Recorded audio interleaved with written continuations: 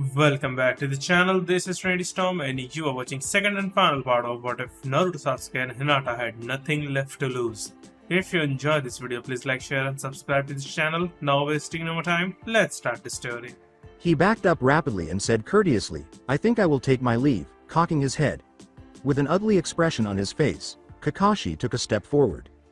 His hand balled into a fist as he growled, "Another lackey of Orochimaru." Enko remained silent because Kabuto was connected to Orochimaru, not because of Kakashi's reprimand. She just watched, learning as much as she could about the man. When Kabuto slid his eyes to her, she caught a glimpse of Hinata pressing closer to the wall. Kabuto's smile eventually turned into a sly grin as he vanished into the darkness. "It is such a shame I can't take you with me now, but I'm sure we'll see each other again very soon, Hinata-chan," he said. Enko moved aside and placed a hand on Hinata's shoulder as they all fell silent for a moment. She remained motionless, gazing at the location where Kabuto had been just moments before. She flinched and closed her eyes as if in pain when Enko touched her. "Time to go," Kakashi declared. Hinata's vision went black and she fell to the ground as everyone's eyes were on her. Thus, Sasuke was the one who carried out the grunt work. Grasping the keycard tightly, he clambered through vents and unlocked each door until he came to a staircase that most likely led outside.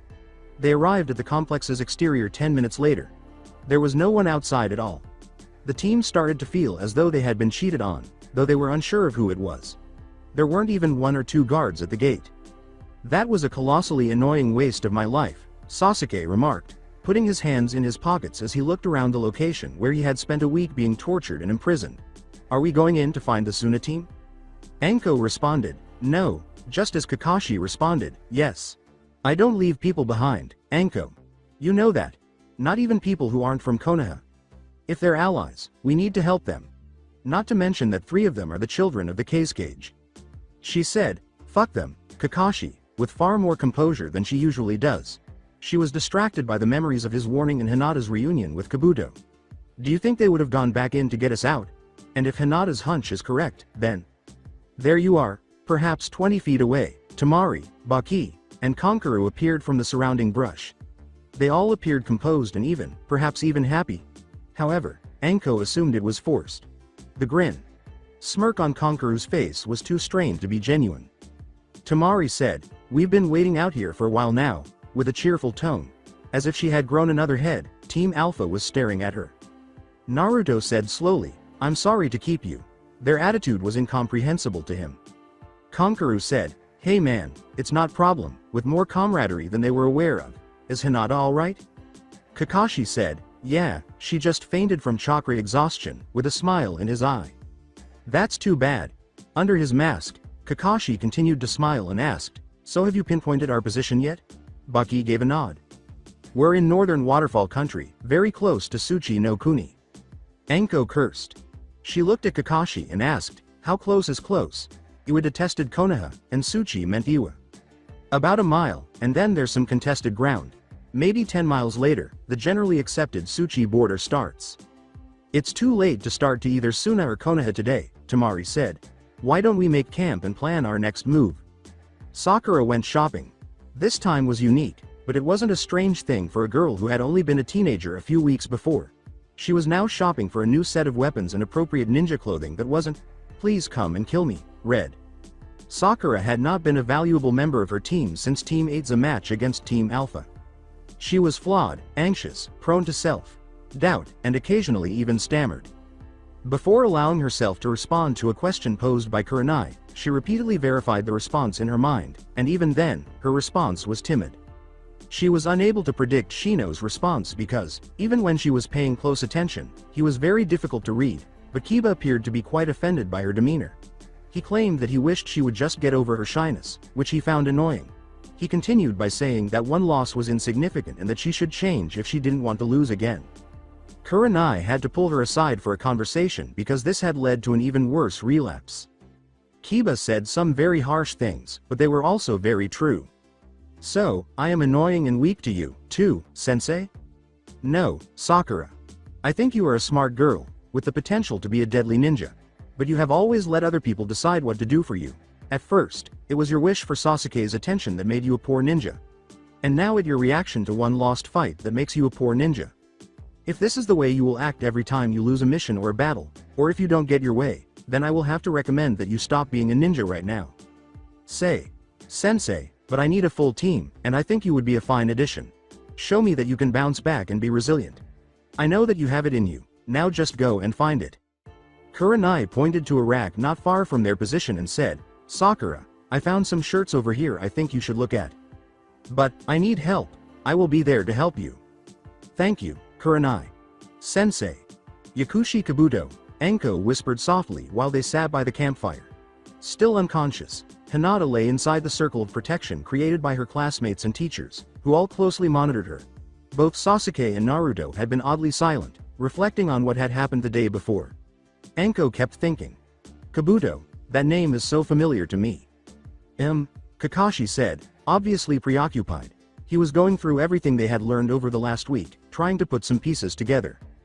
As a result, Hinata had a seal, similar to Anko's. She would have needed to be 11 years old or younger to receive the seal, and even though she was a very skilled kunoichi, she shouldn't have been able to handle receiving the cursed seal at such a young age. There was no way. Thus, it was clear that the procedure had changed, another bizarre experimental twist that Orochimaru was responsible for. First, how did she make it through?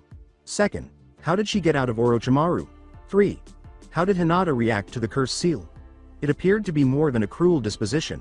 When it was activated, she was like a totally different person. Kabuto. Enko exclaimed abruptly as she sat up straight. Yakushi Kabuto, he's a medic at Konoha General. What? Kakashi asked incredulously, hardly taking in what she had just disclosed. He is. Yes. He was the medic assigned to assess Hinata's condition when she was brought to Konoha, Enko said thoughtfully. Didn't you read over her report? Hokage. Sama had a medic look over her body for signs of damage. That's why nobody knew about the seal. Of course he wouldn't be stupid enough to give that away. And Hinata hid it under her clothes, so we had no idea it was there until a week ago. But why didn't she recognize Kabuto when he gave her a checkup? Didn't you read her report? She was unconscious for a week after Kurenai brought her in. Enko raised his eyebrows. Did you read the reports of any of your students? Enko got up and started pacing agitatedly around their assigned section of the camp, saying, forget it, just forget it. There was no middle ground, and the two teams had rapidly split into different factions, just as they had when camping together in the past. While Team Sand formed a tight line in front of the Konoha Ninja, Team Alpha remained together. Following their first exchange, they hardly moved or spoke. Everyone in the room was experiencing an uneasy tension that had not existed previously. It started because neither side trusted the other, whereas before it just existed because the teams did not know each other. Kakashi, Enko, Naruto, and Sasuke suspected them of plotting against Konoha, which was reinforced by Gaara's unexplained absence, while Temari, Baki, and Kankuro suspected them of knowing more than they should. You have no idea at all where he is? Temari, obviously feeling bad, bit her lip and shook her head. No, we couldn't find him in the fortress. Enko was astonished and asked, so you just gave up? They probably didn't want to give up a weapon like Gaara, which is why they didn't come across to her as a romantic family. No, we just know that Gaara can take care of himself, as I'm sure you've all figured out, Temari asserted. Somewhere, Enko was convinced that Gaara was plotting with the enemy. Her team's conscious members concurred. The enemy was not plotting against Gaara. Due to his relationship with his mother, Gaara was unable to plot with the enemy. I want to taste the outside for a little while, my son. In an attempt to prevent Mother from taking control once more, the redhead gritted his teeth against the waves of pain she was sending him. She simply didn't realize that before he would allow her to demolish his body in order to transform into a new form and wreak havoc on Sungakure, he needed to demonstrate his existence. Parents. Out of the greater number of shinobi gathered around the camp, he sensed a single chakra signature part. Gaara had chosen not to make his identity known and had remained well away from the two teams. He didn't want to raise suspicions among the Konoha ninja by going out and killing Kankuro or something. The case cage would then send more assassins after him, making it a huge mess if he had to kill them all. Furthermore, those assassins were extremely annoying despite their lack of significance. The blood occasionally even got on his sash. Did people not understand how difficult it was to remove bloodstains from white fabric? The sash was white. Gaara was able to sense the ninja's departure from the campfire with ease because he had two chakras.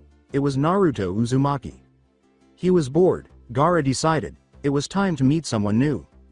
Why was he, Uzumaki Naruto, the genin of Team Alpha, the master prankster, the kick-ass ninja, and Sasuke's absolute superior, sent out to gather wood out of all the others? Sasuke has to stay here and help me do something.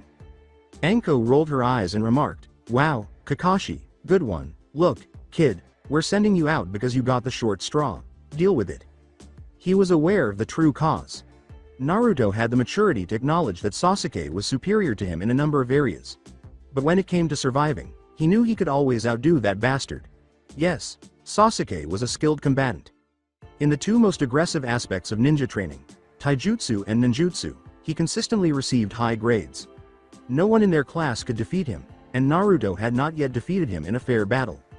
Sasuke, however, was unable to live as if he could.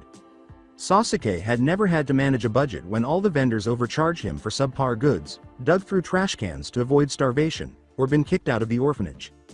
Hell, before Sarutobi realized he had been let go, he had been living on the streets for 2 years.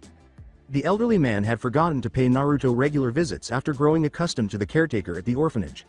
This ultimately led to a 5-year-old orphan being beaten, begging for food, and other similar situations. Even though it sounded good at times, he didn't blame the old man. It'd have been petty. Did Sarutobi call him derogatory names, starve him, or beat him? No, nor did he despise those who engaged in all of those actions. If he wanted to be Hokage, he couldn't. From an early age, Naruto had simply come to terms with the fact that people were afraid of him because they didn't understand his predicament with the Kyuubi, and he had then turned that fear into hatred. Yes, he had been somewhat precocious for 5 years, but it was amazing to think about having a creature as intelligent as the Kyuubi no Kitsune inside one's body. His thoughts turned to the other Jinchuriki, as they always did. What was the number of people present? What was their residence? How did they feel about people who hated, mocked, and oppressed them? If he ever got to meet one of them, what would happen? When he was much younger, he used to dream that he would escape the village, find the others, and start a family. A group of people who fully understood him. For a young boy who had been rejected at every turn, it sounded like heaven. Not without cynicism, he thought that had fallen together nicely. Gaara had glared at him as soon as she had met him. "Many thanks, my friend. I also love you." What made Gaara who he was? Much of it was due to the way he had been treated. Darkly, Naruto thought back to the moments he had contemplated taking revenge. Those were the worst nights because, despite the Biju's good intentions, he still liked to see bloodshed, especially from his enemies. And his enemies turned into his enemies now that he was inside Naruto's body. However, Gaara had a father and family. There must be more to it than that. Therefore, was his seal involved in any way? The Kyuubi informed Naruto that the Yondaime's seal, which had imprisoned him, was an extraordinary feat of genius. The Kitsune had reluctantly acknowledged that there was no way out. A way out for both of them. Kyuubi had once remarked, "You and I are trapped together. What a cursed pair we are, with all my powers contented to your tiny little body and your image to the world forever chained to my beautiful profile. What a cursed pair." Uzumaki. Without letting Gaara notice that he had been startled out of his reverie, Naruto turned calmly. "Gaara. We've been wondering where you were." Coolly, Gaara studied his face, his faint glare. "Not doing what you thought I was." "I don't know what you're talking about." He plotted with just his mother. "You think I was with the enemy. I wasn't. And it was largely one-sided even then. The only thing she ever wanted to do was kill, kill, kill." He, however, required a bit more diversity. Anyway, we'd better get back to camp. I'm sure your team is worried about you." "No, what? No, what do you mean, no? Why the hell not?" Gaara uttered, "Uzumaki Naruto, Jinchuriki of the Kyuubi no Kitsune," in a husky voice that never wavered. "I want to know something." "Fire away. What do you feel for the ones called Sasuke and Hinata?" Naruto gazed. His words, "I have seen the strange feelings that you associate with those two," were spoken without waiting for Naruto's response. Feelings that indicate that you care for them. Expressions that convey concern for their welfare.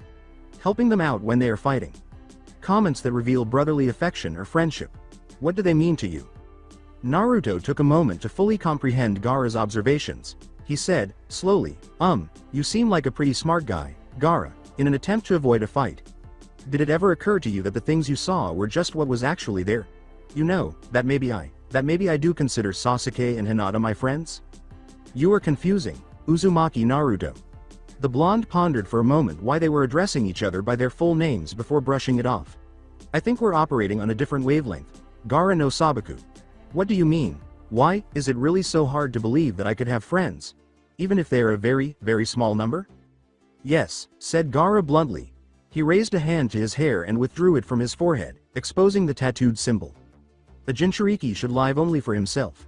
There is no other purpose for him to be alive than to fulfill his own needs. Love. I am a demon who loves only himself and lives only for himself. You would do well to follow my example. What kind of life have you had, Gaara? Naruto inquired. Hearing the empathy in Naruto's voice, the redhead scowled. Sympathy was pity, and empathy was near to sympathy. He was not looking for sympathy. Tell me about it. It was more of a statement of disbelief than a question. You want me to talk to you about my life? With a simple nod, Naruto took a seat on a fallen tree trunk that was still in a reasonably good condition for sitting. Then he raised his head on one hand and leaned forward. I'm waiting. Anko remarked, mainly to herself, we have a serious problem, as Kakashi was unable to be distracted from his own thoughts. If Kabuto was Orochimaru's inside man, how many other spies could we have lurking in Konoha? Certainly just one wouldn't be enough for him. And what about, perhaps? Perhaps it was wiser for Kakashi to ruminate in silence. They wouldn't appreciate her next line of thought if the Sanagakure shinobi were, in fact, guilty of some wrongdoing against her village. What about the allies of Konoha? Had they been infiltrated by Orochimaru? It wouldn't be that difficult. Only Sanagakure, a significant hidden village, was an ally of Konoha among the Godekoku, which included Hai, Mizu, Rai, Kase, and Tsuchi. The other countries were all smaller, less militarized, and more suited to trade. Their alliances had been formed to support Konoha's economy rather than to increase its military prowess. They wouldn't know much about the ninja front, but they would be relatively easy to infiltrate. However, Sungakure would have been in serious trouble if they had been captured by Konoha's worst enemy. Not only would Suna be far more aware of her village's capabilities, but it would also turn all of the strongest shinobi villages against them, with the possible exception of Kirigakure, which would probably remain neutral as usual. Those were not good odds. Sarutobi's foreign policy was in dire need of improvement. From the corner of Anko's eye, she saw Baki, Kankuro, and Tamari. She suppressed a contemptuous snort. They were all clearly trying to look like they were part of her team while also acting natural. Their luck was dwindling. Suna was lagging behind in the development of exceptional ninja because of this. They had no acting training. All they needed to do was know how to kill. In actuality, that ability was merely a small part of being a ninja. There was so much more to the whole job. Really, it was unfortunate that Tamari and Kankuru's skills were wasted due to their poor education. Sanagakure had been declining ever since the Yondaime Kazekage had taken power. Of course, at the center of this was the Yondaime. Even there, where rulers were obeyed blindly under threat of death, he was clearly beginning to feel the heat, especially after the 16 years of shit that the people of Suna had endured. He was a very bad leader. Any man could become desperate as a result, and Orochimaru was able to easily prey on desperate people. In fact, it was so simple that Orochimaru might have completely disregarded the Kazekage if he hadn't been helpful to his conquest strategy for Konoha. A conquest like that wouldn't be enjoyable. Before the bitterness could start over, Anko stopped it. That's enough. She was in the here and now. She never looked at the possibility of dying or back at her suffering. Constantly in the here and now. Suddenly, sharply, she felt as though she was forgetting something. Naruto was where? So that's the story of your life, EH? Yes. Not edited in any way? You've told me everything? Yes. Gaara's monotone was painfully detailed, and Naruto sat thinking about everything he had been told. Their lives resembled mirror images in certain ways. However, the mirror was a funhouse mirror, and it distorted Gaara's life to such an extent that it was even worse than his. And he didn't say that lightly because his life had been a complete disaster. Gaara's seal was a product of rash greed, whereas his was a brilliant creation. Gaara's did it for the power that came with having a Jinchuriki, whereas his sealer had chained his soul to the bijus for the purpose of defending the village. Gaara's caregivers had only taken care of and feigned love for him because the Kazekage had ordered it, whereas his caretakers had genuinely cared for him. Naruto assumed that he would have been a completely different person if Sarutobi had ever treated him the way Yashimaru had treated Gaara. Not every person is like Yashimaru, Naruto asserted while maintaining eye contact with Gaara. People will always fear and hate you. That's just something you've got to learn to deal with. But if you gave some people a chance, I'm sure they would accept you. Listen not to him. He is the enemy. All he's trying to do is make you feel worse. Naruto further stated, I know that underneath all this bullshit, you're different, while closely observing Gaara. Above his eye, there was a faint twitch, and Naruto braced himself to jump out of the way if needed. I am, too. What I show the people that hate me is different from who I really am. But around those I count as precious, I am me. Uzumaki Naruto. Not the Kyuubi. Gaara questioned, and who would care for a demon? He continued to speak without tone. Who could possibly be concerned? You have 2 siblings, but I am aware that your father is a jackass. I can see that Kankuro is a little lost, but it's still reclaimable. You still have time to mend those relationships. You go on to friends after that. All you need to do is separate yourself from hate. That kind of influence will only cause you to suffer and die. Despite being extremely anxious about facing away from Gaara at the moment, Naruto got up and turned to return to camp. Think about what I said, Gaara. Additionally, where have you been? When Naruto arrived, Sasuke's first words were, you were gone for more than an hour, and you have no food at all. What am I supposed to say? With a thoughtless shrug, Naruto declared, I'm not a hunter. Gatherer. I don't understand if it's not instant ramen. Do I have to do everything on this team myself? Sasuke sighed angrily. Naruto turned up his nose in a fair impression of the Avenger and said, sorry, your majesty. Sasuke got to his feet and glared while clenching his fist. Kakashi put a soothing hand on Sasuke's shoulder and said, it's okay. Is anyone really that hungry? Because I stole some food bars from back there if you are. And when were you planning on telling us this? Sasuke asked Kakashi, glaring at him. So it was for nothing that you sent me out there? Naruto, now furious, exclaimed. What the hell? No, said Kakashi, remaining composed. Did you not get something when you went out? Anything? As soon as Gaara entered the camp, Temari leapt to his feet and almost ran to him, asking him how he was and where he had been. Baki and Kankuro watched intently, and Kakashi glanced at him before turning back to Naruto, who retreated a step at the knowing expression on Kakashi's face. Yeah. I suppose I did. He added a silent thank you to Kakashi, thinking that it might have been worthwhile if he could have even a small, positive influence on Gaara's outlook on life. Perhaps his sensei wasn't such a worthless pervert after all. Naruto is starving. Unable to comprehend, Sasuke hissed. What could he have gained? His feet had a couple of blisters? This is a private matter between student and teacher, Uchiha, and as such I expect you to mind your own business. Sasuke frowned irritably and said, oh, shut up, Baka. Kakashi, sensei, gimme a bar. Kakashi proposed that they employ the same guard sequence as before they had been captured, and the camp finally fell into slumbering silence as the remainder of the day was devoted largely to contemplative quiet, with only the faintest whispers of conversation. So, with a groan, Naruto asked, do we need to speak? Really? Yes. So, what is it? How do you feel about it all? Well, concerning Hinata, what are your thoughts? I think she must have had a pretty shitty time with that jackass Kabuto is what I think. Is she someone we can trust? What? With a serious expression on his face, Sasuke turned to face Naruto and said, we don't know anything about Hinata. Anything? All we know about her is her name and her fighting prowess, or at least I believed I did. What are you trying to say? I said it already. Is she trustworthy? What if she's actually a spy for this Orochimaru? Why hasn't she shared her past with us? Kakashi. Sensei and Anko haven't discussed theirs for the same reason. It hurts. Would you mind sharing your life story with me? Naruto had long suspected that Sasuke's terrible demeanor stemmed from something other than sheer conceit. He simply believed that he had touched a nerve. That isn't the same. She's a wild card because of her mysterious years away from Konoha, Sasuke said hotly, recalling his own past. We are aware that Anko and Kakashi have never shown doubtful loyalty. They truly knew nothing about the experiences of either of their sensei before they joined Team Alpha. What were their genin teams like? Who were their teachers? Did they still stay in touch? Sasuke trailed off when he realized that statement was inaccurate.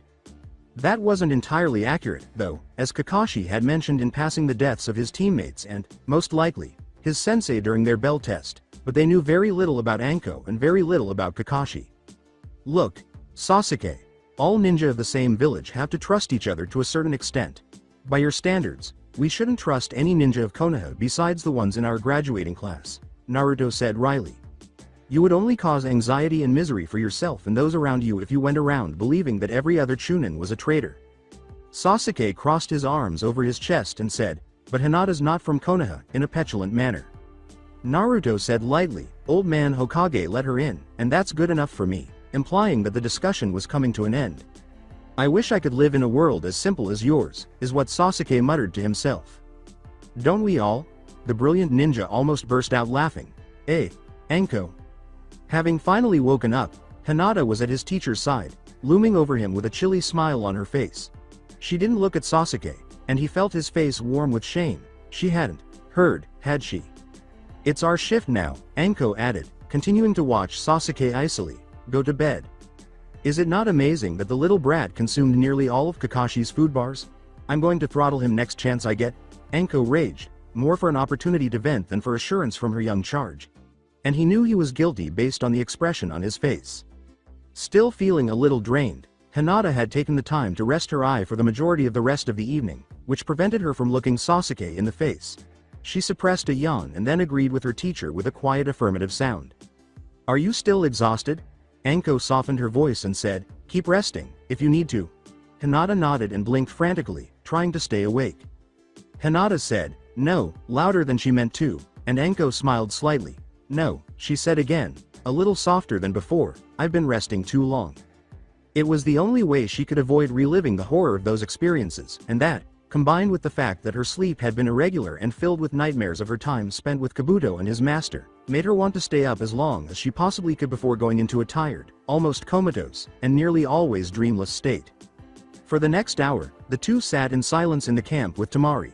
The Sunakunoichi, who was clearly feeling masochistic, couldn't resist asking Hinata a question.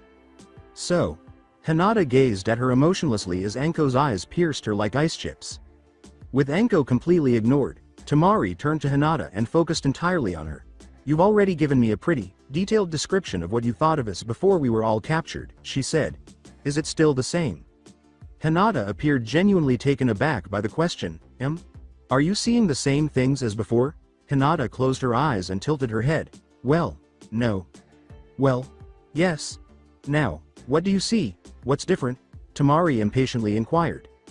What's different, Hinata kept her eyes closed, and for a few moments, Temari and Anko believed that she had fallen asleep. Her breathing was even and slow, and although it was still quite warm back home in Konoha, the weather was at a very soothing temperature between summer and autumn. Temari sighed and folded her arms across her chest, opening her mouth to wake the girl, but Hinata raised one hand to indicate silence. I see a boy who has the ability to make friends. Another person I see doesn't want to lose any more relatives.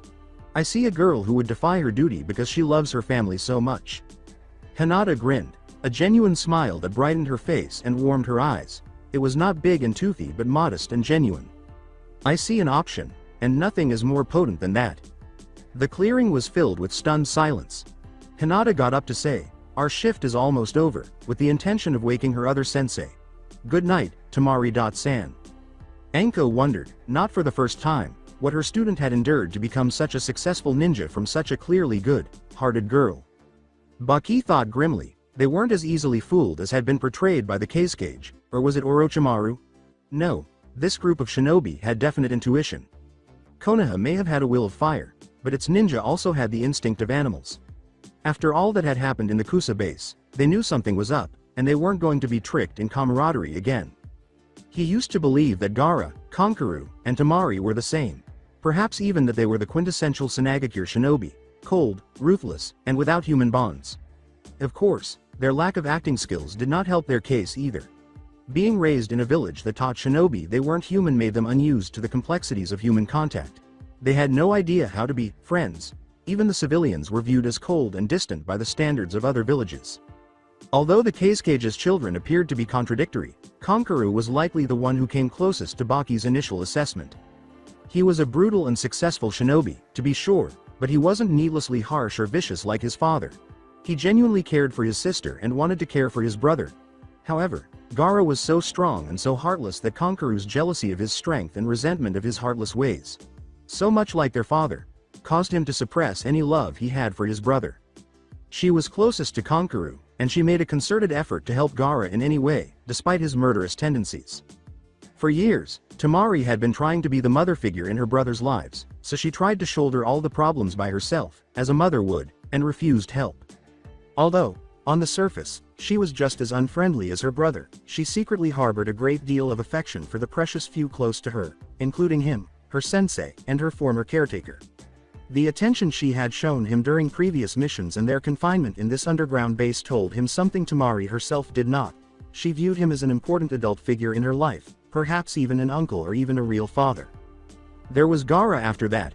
In all honesty, Baki had long since given up on Gaara, believing that the boy would always be a bloodthirsty demon who cared only for himself, as Gaara had declared, and he had never wavered in that conviction until this mission. What kind of young boy, after so many years of murders and assassination attempts, could have words to move a stony heart like Gaara's? What kind of speech could give Gaara's eyes that minuscule glimmer of doubt that Baki had seen only hours before? Uzumaki Naruto was an intriguing ninja. He.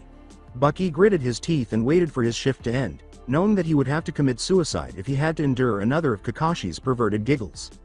When morning came, Team Sand had abandoned their phony friendliness and were now just standing in awkward silence. "So you're going to return to Konoha?" Baki asked, looking to Kakashi for a response.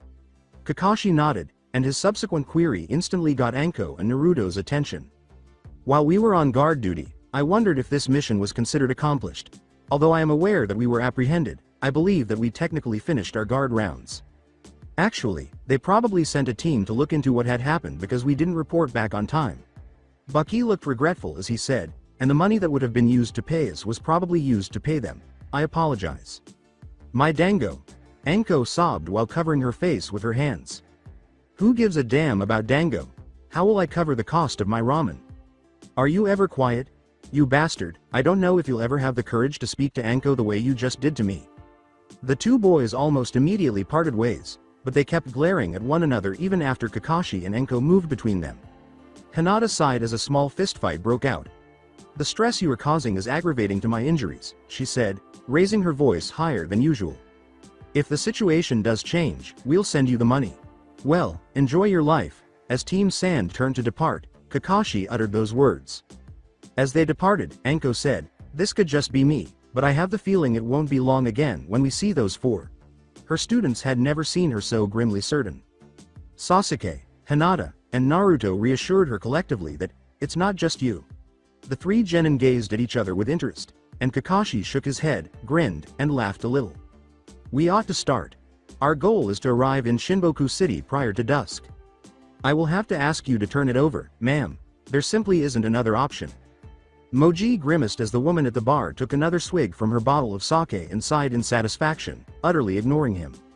"Ma'am, we will hire enough assassins to kill you, no matter who you are, if you do not pay us the money to settle your debt at our casino." She didn't look at him, she just slid her eyes to the right.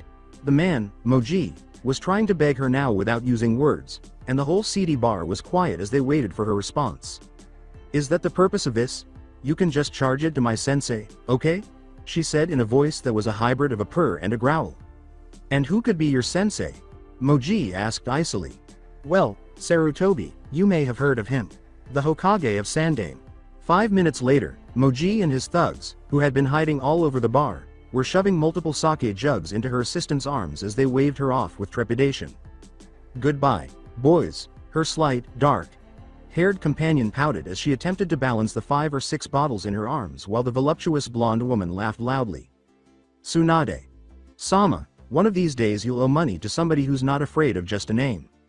Until that day, Shizune, I'm just going to keep on doing what I'm doing." Tsunade smiled. "Let's move on to Shinboku."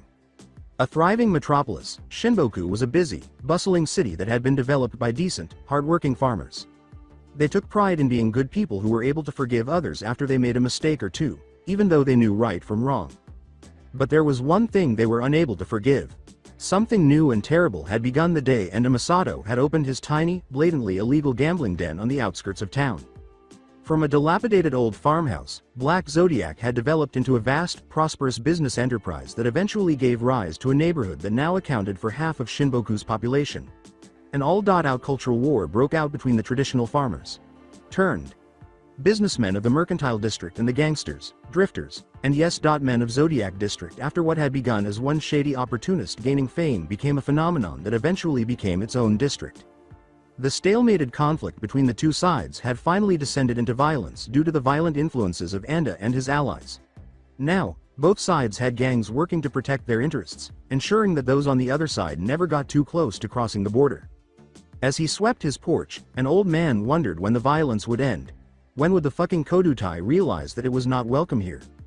Excuse me, he looked up, distracted from his work and his thoughts. In front of him was a small, frail girl who was probably about to enter adolescence. Her long dark hair framed her face, and she was pale. She was dressed in dark clothing that was obviously appropriate for a ninja. He forgot about all this. The eye patch on her face was all he could look at. "You're one of them, police. Police." Gritting her teeth, Hinata jumped from roof to roof, avoiding the projectiles that were being thrown at her at the moment. One of them? Even so, what did that mean? Here, did they despise ninja? Finding a place for her team to spend the night was all she had wanted to do. A brown-clad policeman shouted to the other, "They're recruiting so young now." It caught her attention. This girl can't be more than 13. Just focus on the capture, we can question her more later. Take a picture? She snarled viciously, almost baring her teeth. Absolutely not. Hinata attempted to contain Akaseko before attacking, but that could have easily devolved into chaos as she echoed her violent feelings in the back of her mind. She came to a sudden halt and pivoted on her heel, confronting her assailants. Finally, one exclaimed with a victorious laugh. His scream of agony was muffled by Hinata's foot, which was buried in his face. "Come quietly, little girl, and we won't have to." At a speed that the man's companion couldn't detect, she pulled 9 senbon from a pocket in her tunic and hurled them at him. They were all spot on. They would immobilize him until they were taken off. After taking the policeman's weapons, Hinata focused and slipped into an ally. In this non-shinobi town, it would be simple to identify the chakra signature of a ninja such as Kakashi. He was back where they had come from, near the town's northern edge. Since Anko's chakra stores were much smaller than Kakashi's, she could hardly sense her presence in the newer area at the other end of Shinboku. Naruto was surprisingly visible on her chakra radar. His chakra signature was like a beacon to her senses, and she could see him more clearly than any other member of her team. Even Sasuke registered, which is highly unusual for a genin, even though it was lower than Anko's. She truly belonged to the ideal group of oddballs. Hey. When someone spoke, she didn't turn around to face them. She had discovered that this aided in the portrayal of the defenseless young girl, which she had repeatedly exploited. I said, "Hey, are you paying attention, girl?" Hinata whirled around and gave him a doe-like blink. A 14-year-old boy with dark eyes and freckles scattered across his cheeks stood behind her. His black hair hung in disheveled strands around his face. His eyes were rolling. "You can drop the act, I saw what you did." She straightened up and reverted to her defensive position. "Whoa, relax baby girl," he exclaimed, making a calm motion with his hands out in front of him. Hinata remained motionless. He sneered and looked past her at their lifeless bodies. "Look, I just want to talk, alright? Why don't you come with me? No jail cells, I promise." "Not like they would have done," he said. She questioned his logic by crossing her arms over her chest and saying, "If I go with you, they would assume that I was, in truth, working for you. Whoever you are. And I would get into more trouble. You're already in trouble with them because you beat those two up. They don't forget shit like that. Ever. You know how many people who are unfortunate enough to have an eye patch get arrested by those bastards on a monthly basis? A whole hell of a lot, that's how many." Hinata made the decision to go with him. Since he was only a child, what kinds of activities was he capable of engaging in? In a few weeks, Anda Kaikoku, also known as Kai, would turn 15. He had recently learned about the pleasures and annoyances of the other sex and loved playing cards and sword fighting. Kai claimed she had a lot of other shit going on, and that was why he hadn't approached her yet. In addition, he was the nephew of the infamous Enda Masato, who was the initial target of her harassment. Enda's followers wore eye patches to identify themselves.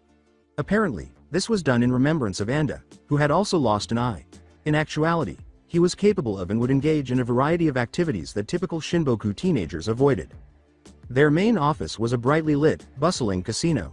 Everywhere, people were shouting out numbers, tossing dice, jubilantly pumping their fists, or yelling in desperation. With the brown-clad police officers, some of the eager victims appeared to belong on the north end of town. Men in dark blue suits or kimonos were positioned throughout the main hall. Each of them had a darkened monocle, a strip of cloth tied at an angle around their head, the notorious eye patch, or some other prop covering one eye. She nearly rolled her eyes at the more absurd ones, such as the man who, to conceal his eye, which was probably in the best of condition, had cut a jeweled headpiece in half and placed it upside down on his head. Kai guided her through the crowds of men and women who pulled down levers with the utmost optimism and tossed their money carelessly on the table. A number of the blue-clad guards and dealers gave him a nod or greeted him. He was even asked about his new girlfriend by a couple. Kai said, "Uncle's in the back," as he moved effortlessly through the crowds to an elaborate pair of doors bearing the word management in curved script. When he opened the door, the two hefty men standing guard didn't give Kai or his companion a second glance. There was a big desk inside, with a pretty brunette secretary. All 7 of the guards in the room gave the woman, who appeared to be in her 30s, the occasional sidelong glance. A young girl about Hinata's age was sitting next to her desk, looking incredibly bored, until she noticed Kai. "Zoku-kun," she exclaimed, her blonde waves bouncing as she hurried over to join him. Green's eyes squinted at Hinata for a moment before meeting Kai's. He didn't find it funny. "Kirameki, shove off," Kai moaned as he forced himself to untangle. "I've got to meet with my uncle, I don't have time for this." She drew out the final syllable in what she must have believed to be a seductive purr, "No time for me." It sounded more like a high-pitched whine because she was just beginning puberty. With a voice that seemed to be fervently hoping that he was, Kai asked, "Shoki-san, is my uncle free at the moment?" The secretary glanced up from her papers, giving him a brief pause. Her expression sharpened as she turned to face her daughter, saying, "I think he is, Kai-kun. You might want to knock, of course, but he has no appointments from the remainder of today. Kira, step away from Kai-kun this instant. Please try not to make a fool of yourself in front of Anda-sama's nephew." Hinata gave the secretary a quick glance. Shoki Mayakashi was written on the gleaming gold nameplate. The desk was so orderly and spotless that it looked like everything was glued to the dark wood. Her skirt and shirt were both too tight and had unnecessary high and low cuts. Hinata questioned why she had ever bothered to wear such ridiculous clothing before. However, Kakashi had been advising her to look beneath the surface. Anything that hadn't been necessary or useful to her was superfluous, and she disposed of it as such. There was no sense in doing anything else. But she had to think differently as a Konohagakure official shinobi. Shoki might have dressed the way she did to divert the attention of the male-dominated group around her to her own ultimate goal. Or perhaps she simply relished the attention. Anko went too far with that notion. It wasn't that hard. Kira shouted, "I asked you a question," right next to her ear. Hinata pretended to gently massage her ear. "I don't feel like talking to you." The blonde girl appeared deeply offended. "Well, I never," she said. "Do you know who I am? Who do you think you are? Why are you wearing an eye thing anyway? Trying to imitate Anda-sama's men? What's under there?" The hand of Kira swooped in perilously close. Hinata observed her icily, as though she were moving slowly. She grabbed Kira's wrist and twisted it, nursing her injury, until the girl squealed in agony and leapt away. Hinata said, "Never try to touch me again," in a somber tone. Akaseko was testing her limits once more. As she gazed at Kira, her eyes briefly darkened. The effect was pleasant. However, she briefly managed to escape her prison. Akaseko hissed, "Or I'll cut out your tongue," and shifted so that Kira was the only one who could see and hear her. The other girl let out a whine. "It's completely unnecessary," Hinata thought to herself. All Akaseko could do was snort and withdraw into her hiding place. Kira silently glanced at the two of them while Kai stared at her with awe-like eyes. "You got her to shut up." Kai shook his head incredulously, and Hinata shrugged. "You're really something else, Hinata-san." With the help of the light from the office behind him, a man emerged from behind the back door of the room as it slowly opened. He said, "That's some kind of praise coming from you, nephew," as he moved into the artificial light. With the exception of her teacher's scarecrow hair, and Masato must have been slightly taller than Kakashi. His dark red shirt and black suit fit him almost perfectly, and he was well dressed and broad-shouldered. He was not a native of the area because of his light caramel skin. Instead, he was probably from the Phoenix Archipelago, which is located off the southern coast of Hai no Kuni. His feet were shining in a pair of black shoes, and Hinata's attention was drawn to the cufflinks twinkle. The left side of his face and his hair, which mirrored Kai's disheveled locks, were the only things about him that seemed disorganized. In contrast to his light brown skin, 3 claw-like marks were visible close to the black satin eye patch that covered the location of his left eye. His teeth were straight and white as he grinned down at Hinata. His words, "Hello there, little lady, what brings you to my humble casino?" She was about to respond. Humble is not a word I would use, but she wisely refrained. Kai turned to Hinata and explained, "Uncle, those are the police from the north side. 2 of the uppers were chasing her. It was because of her eye." "Oh, and did you help her out? How chivalrous, nephew." "I didn't do anything, she took both of them out easily." Masato's eyes on Hinata grew more astute and cunning. He became much more interested in her all of a sudden. Sensing this, she retreated, opening her nostrils a little. "Calm down, little one," Masato said. "You sure are observant. I mean you no harm, myself. Serving assessment of people has become second nature, I'm afraid." Hinata didn't unwind or return to her old posture. "What do you want from me?" Crash. "Sir." Several of the blue-clad men rushed in from the casino's main hall, panting. "Sir, there is a woe." He was cut off by a crazed chuckle. A hail of kunai erupted from behind the 8 or so men crammed into the management's doors. Hinata sighed, noting that none of the shots were fatal. Anda lost his temper and snarled, "What the hell was that? One person, and you can't even." Wahoo! The tiny explosion of smoke, sparks, and color blinded everyone in the tiny room. Anda, coughing in the smoke, drew a shiny black gun from his jacket with one hand while waving the other in front of his face to clear the air.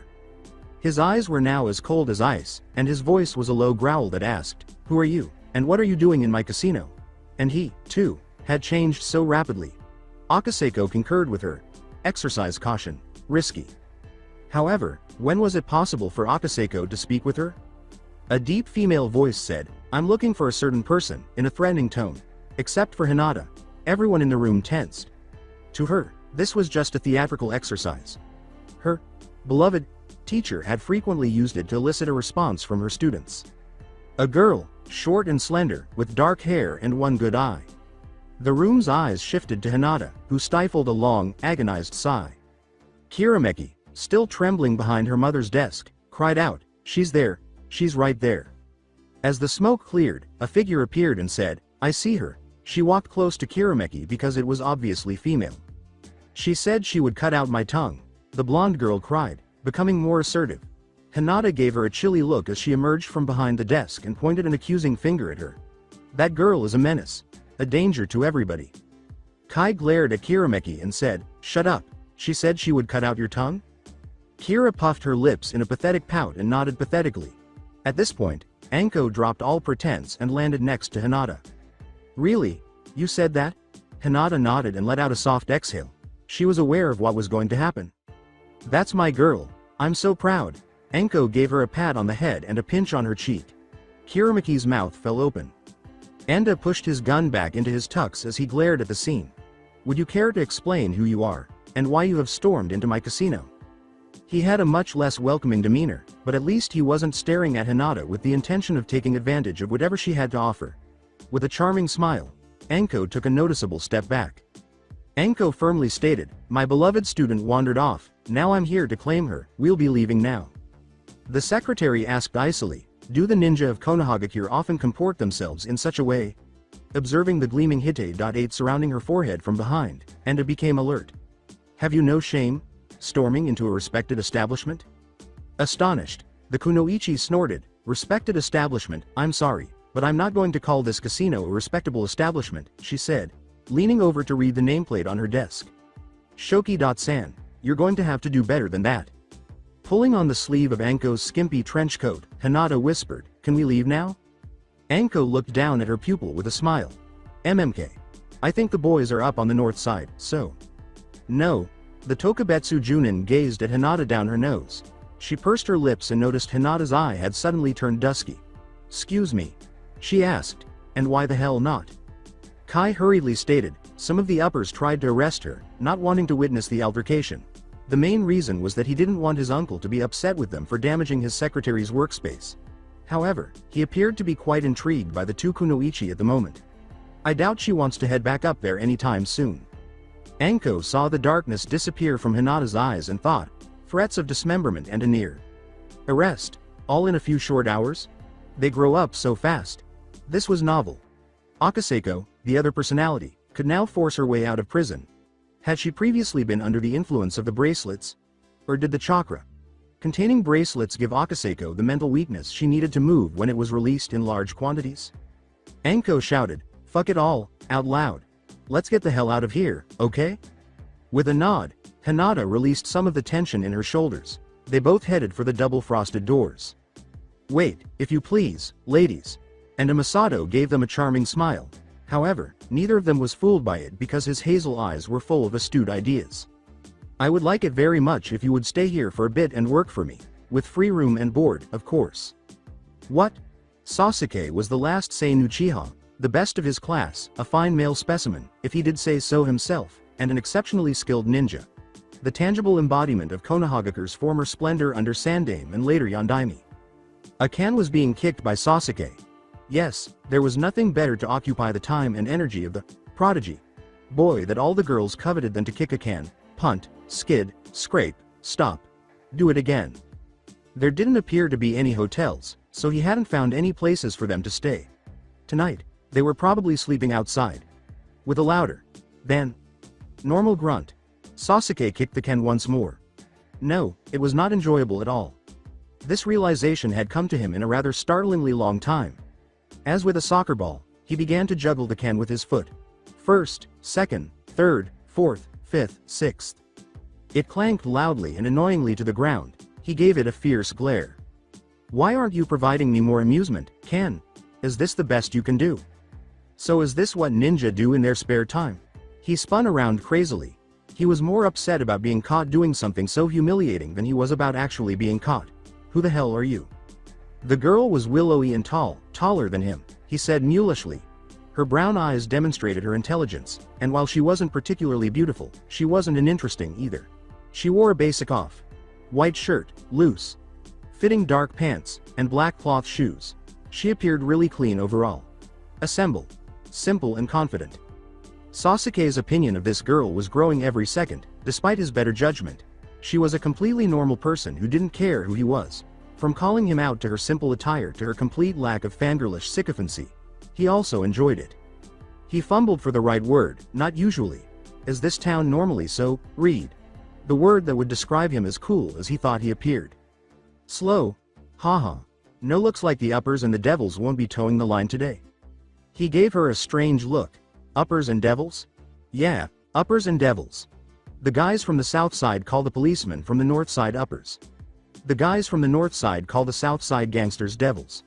You know, bad blood between two clans and all that bullshit. Yeah, he snorted. Sasuke averted his gaze and stuffed his hands in his pockets. All that bullshit. You've known some clan troubles yourself then? You could say that. Apparently she could feel the tension in the air. An improvement over the majority of other girls. With a slight smirk, she cheekily said, I'll show you around town if you want. I even promised to protect you, Ninja.san. Although he rolled his eyes, a tiny smirk couldn't help but creep into his face. He said, I'm Sasuke, being cautious not to reveal his last name. For once, he meant it when he said, and you already know I'm a ninja. Nice to meet you. I'm Asami, Shodai Asami. Come on, I'll take you by the food stalls and treat you to lunch. No offense or anything, but you look kind of penniless. We have carefully reviewed the situation, and with the Hokage's blessing, we will be sending a team of ninja to scout the area and report back.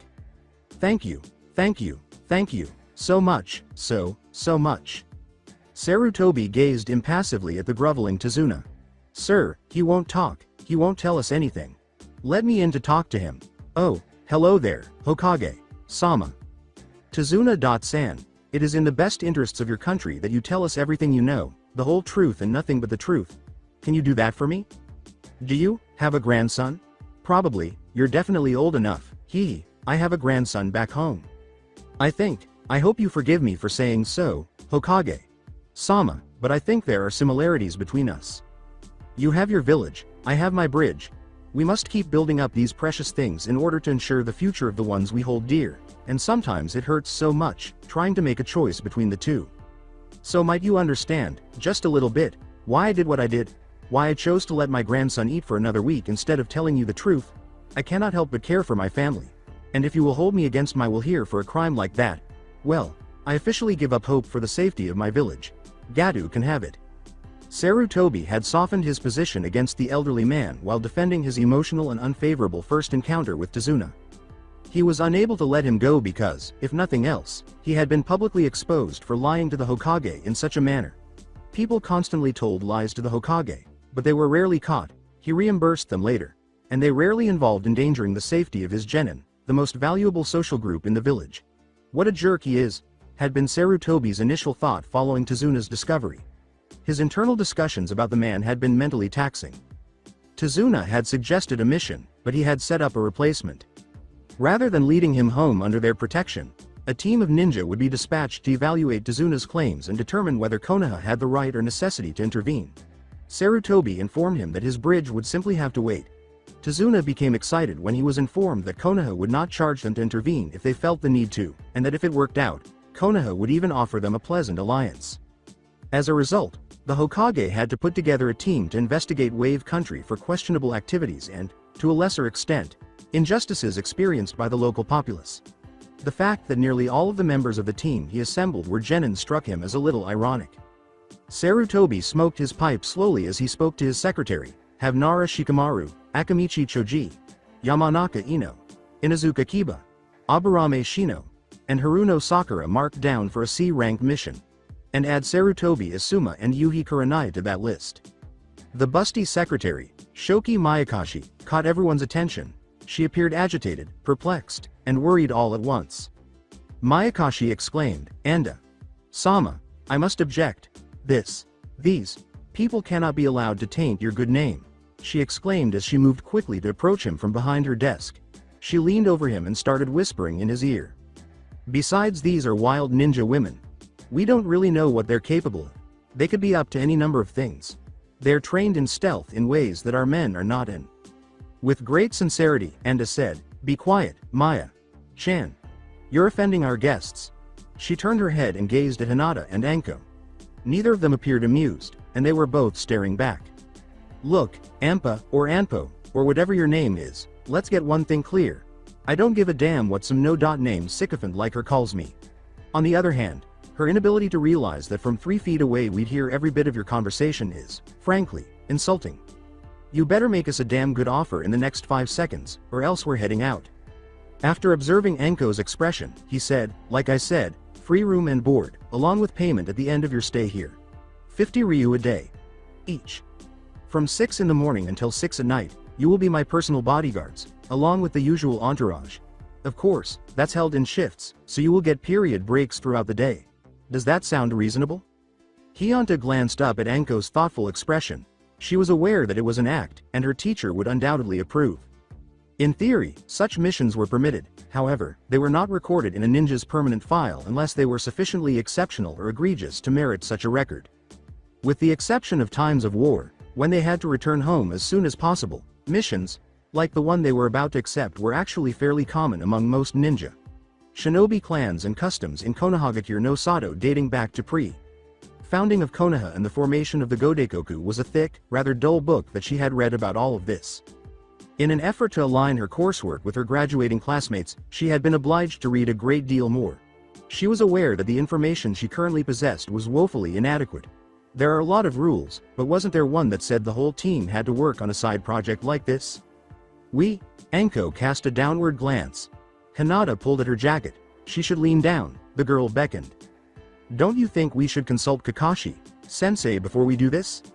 She straightened up and turned to face Anda. Nah. That bastard'll try and get in on our deal.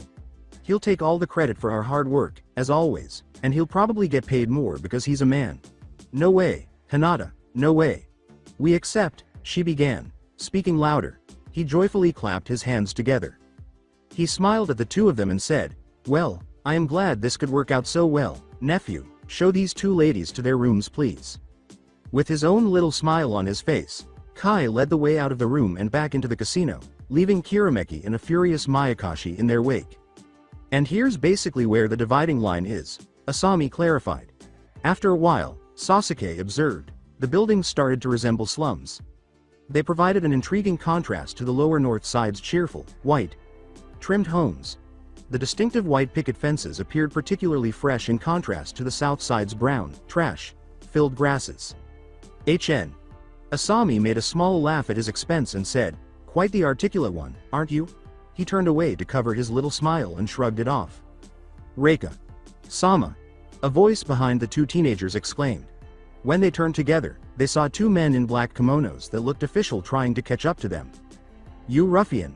Stay away from Reika." "Sama, shit," commented Asami. Taking hold of his wrist, she pulled him into a left-hand alley. "Time to go." As she led him through tight, twisting alleyways, Sasuke followed her with ease, asking, "Who the hell are those guys? And why did they call you Reika?" He was aware that he probably would have already tripped or struck his head on something if he hadn't been a ninja. It was clear that she had done this hundreds of times before. She uttered the words, "Bodyguards, my father likes to set them on me," with clear disgust. "Who are you?" exclaimed Sasuke. He came to a sudden stop, and she ground to a halt in front of him, her grip on his wrist almost throwing her off balance. He'd certainly had enough lying in his life. "I don't enjoy being lied to." Fangirls who believed they knew everything there was to know about him. Village elders who just wanted the best for him. A brother who... "I'm Asami," she exclaimed, furrowed her brows. "It is a nickname, but it's still who I am. My full name is Rikasamiko." "Yeah, it's obnoxious. Why do you think I go by Asami?" He muttered, sorry, with only half meaning. As she kicked a can next to her foot angrily, he suppressed a smirk and said, "It's fine. Sorry I snapped, but my status is sort of a sore point for me." As they exchanged glances, she appeared to understand what she had done and smiled a little. "So that's what girls do in their spare time, You're pretty smooth, Sasuke-kun. Gods forbid." Just behind them stood Kakashi, who was obviously smiling beneath his mask. "Ah, what a sweet thing young love is," he said, lovingly tousling Sasuke's hair. "Careful, you're beginning to sound a bit like Guy, sensei." The response to Sasuke's words was a recoil. "Yeesh, lay off me, kid. Anyway, I came to tell you that we have one more assignment to fulfill before we head home." Sasuke pulled a face. "Did we get a dispatch or something from Konoha?" Kakashi slowly glanced around Sasuke before turning to face Asami. "No, I've just been asked to help out a certain mayor keep track of his wayward daughter." She let out a sigh. "Damn it, speaking of, it's about time we got you home, Missy. Loverboy, you walk next to her and make sure that she doesn't run, got it?" With an oily smile, the greasy cook said, "One bowl of miso ramen, hot off the stove," and slid the small serving across the slightly sticky counter to sit in front of Naruto. After giving it a suspicious look, he finally got down to business. Hunger was such a bitch. In any case, his mouth almost turned it away. He assumed it wasn't that bad. He was simply so accustomed to Ichiraku being tasty, plentiful, and reasonably priced that everything else seemed insignificant.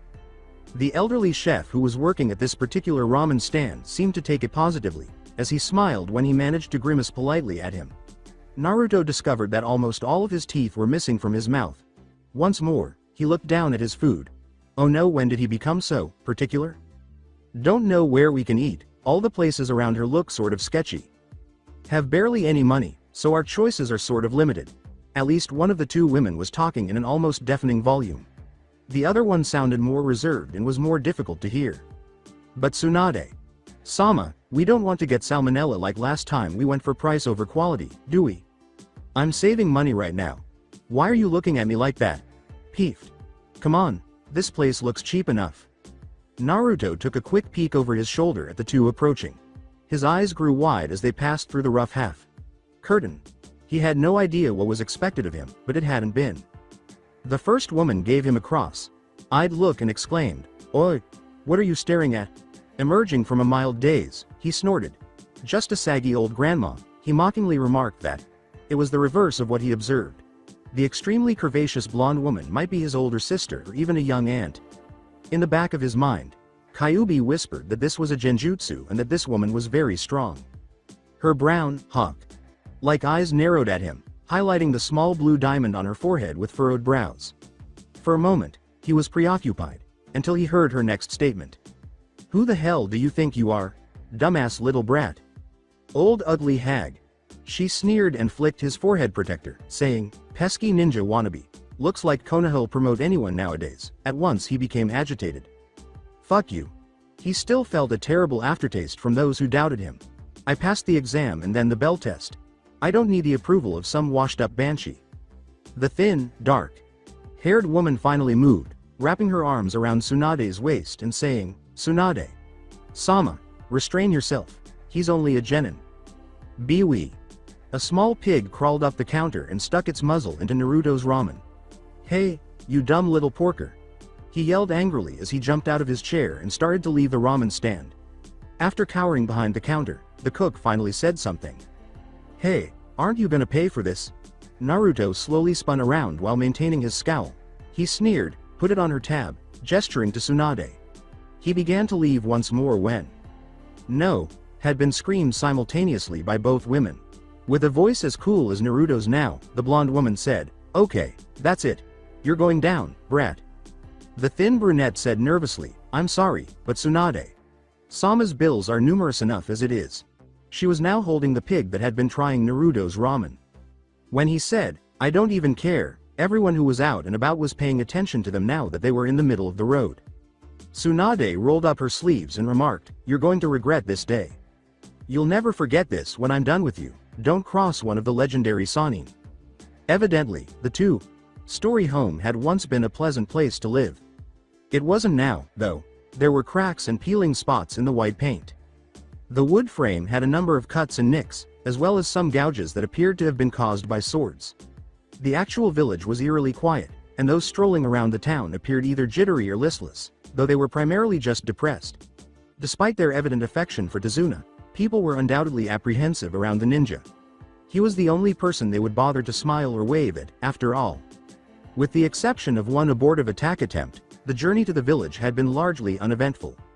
Kiba and Shino had promptly identified two Chunin in hiding who intended to attack the two teams. Following their discovery, the Demon Brothers continued by claiming that Tazuna would never be able to get away from them and that the Konoha ninja's attempts to keep him safe would always end in failure. They had started to approach Tazuna. Sakura didn't waste any time in advancing defensively in front of the man before collapsing on the ground in a faint. Then Shino's destruction bugs flew up his sleeves, detached, and returned to him. Asuma had appeared a little taken. Kurenai told them all that she was proud. Team 10 appeared a little taken aback. Naturally, following Sakura's significant transformations, that had been Ino's normal state of being. At times, Sakura engaged in taijutsu sparring with her, but not verbally. Sakura, who had never even approached Ino's taijutsu level, the highest of all the girls in the class and superior to some boys, came one step closer to defeating her each time. Ino would constantly poke her about Sasuke, but they never again argued about him. Nor did they limit their conversation to girly topics. She was even dressed differently. No more red, just useful, serviceable green. Ino concluded she detested green. Tazuna bowed low and said, "Thank you again," as they made their way to his home's front door. "Please come in. Tsunami. Inari, I'm home." "Father." A woman with dark eyes and a pink shirt appeared surprised, relieved, and then joyful upon seeing them. "Father?" Depending primarily on gender, the ninja team's reactions to the loving embrace ranged from discomfort to awe-ness. When Tsunami said, "Why are the Konoha ninja here? We thought they'd imprisoned you," in what she believed to be a low whisper, everything became uncomfortable. Gently, Tazuna said, "I would like to see my grandson, then I will explain everything. In the meantime, please give these Konoha nin a very warm greeting, for we all owe them a lot." Tsunami smiled at them warily. The woman gradually opened up to Kurenai after she took the time to introduce herself and her fellow shinobi. She was a very nice woman, and the shinobi turned down her offer to stay in their house. Surviving outdoors was not very important, especially in the late spring weather, and considering Team 8's outdoor expertise, Ino was dejected. They were just beginning to settle in when a small, pale boy hurried down the stairs and pointed the finger accusingly at them all. "Grandpa, why are these evil Konoha bastards in our house?" The journey was going to be lengthy. In contrast to her futon at home, Enko stretched lavishly on the full-sized, soft, Western-style bed that was provided to her. She had spent the night in the exclusive rooms, so she was rested and prepared for her first day of work. But since she had seen the horrified expressions of Kirameki and Mayakashi, the Cheshire grin had not gone away. She considered whether she had done what she did just to see their expressions, but she dismissed the idea. She was motivated by the prospect of earning a little more money. It never hurts to have a little extra padding. Although Hinata also sat on her bed, she didn't appear to be as excited as her sensei to be there, and Anko was perceptive despite her noisy and chattering demeanor. "Hinata-chan, what's wrong?" As she usually does, she said, "We haven't seen Naruto-san or Sasuke-san. Or Kakashi. Sensei," but only as loudly as was absolutely required. it's been 12 hours. Anko dismissed the boys, saying, "Don't worry about those boys. They're holding up just fine." Hinata remained tense. She became agitated at being separated from her teammates. Both the fact that they were no longer with her and the fact that it meant so much to her were concerning because she had spent so much time with them virtually non-stop. "I'll tell you what, if we haven't found them yet, we'll go look for them after we finish our shift today." Her choice didn't seem to impress Hinata, but she didn't display much emotion in general, so Anko didn't let it get to her. "All set to go?" Hinata nodded as Anko responded to the pause. "All right. Okay, let's go protect the ass of some Yakuza bosses." His holy blanket was designed for a baby, not a growing adolescent boy, and a big, hairy man had rudely woken him up 2 hours before dawn so that he could go about his business. The floor was cold and hard, easily felt through the tattered futon. And Uchiha certainly didn't deserve this treatment. "Anna. Tarashi, are you awake over there?" Sasuke clenched his jaw at Kakashi's new nickname, Playboy. Playboy. He was never going to live this one down, and he hadn't even done anything embarrassing. Suddenly, the fact that he was talking to a girl was big news. He spoke with Anko and Hinata all the time. Kakashi asked him, barely able to hide his snickering as they both ate breakfast, if it could be called that, a sparse affair of water and stale bread. Yuck. And there was the catch, he supposed angrily. He needed to talk to Anko and Hinata in order for their team to work effectively, but he didn't have to talk to Asami or even be near her. It was all his own free will. That is, until Kakashi had recruited him and Sasuke to help protect the mayor, and then his daughter. He was now watching the mayor of this nameless little town eat a big, incredibly appetizing looking breakfast slowly, and it took all of his self-control not to snarl as the man occasionally looked at him, his eyes growing more angrier and darker with each glance. Sasuke glared back at him. This man was a novice, he wouldn't know a half-decent scowl if it came up and slapped him in the face, which is what his current scowl would do if it could, as Mayor Okanomokuro was really beginning to irritate him. He abruptly said, "All right, boy, let's get this over with right now," bending completely in his chair so that he could meet Sasuke's gaze. "Yesterday afternoon, you were flirting with my daughter. Don't deny it, I've heard it all, even from several accounts." With an innocent whistling sound, Kakashi turned away from Sasuke's glare. "And regarding the entire matter, I have this to say, as it were." He got up and strode over to Sasuke, trying to intimidate him as he started his tirade, but failing miserably. Sheer stubbornness, which Sasuke possessed in spades, worked something like killing intent on a smaller scale. Everyone expects great things from her because she is a high-bred girl. She is the final member of the Okanomokuro, a very distinguished line of nobility. And if I allow some mediocre ninja child to try to force her into a relationship, I will be damned. After a long moment of silence, Sasuke calmly looked up and down at the man, who was breathing heavily and had a red face from anger. "With all due respect, sir, I would appreciate it if you would treat me as a legal adult, not a boy or child. I am also not a servant at your mercy. I am a ninja, and you have temporarily employed me because of some arrangement with my sensei. I will use my free will however I see fit.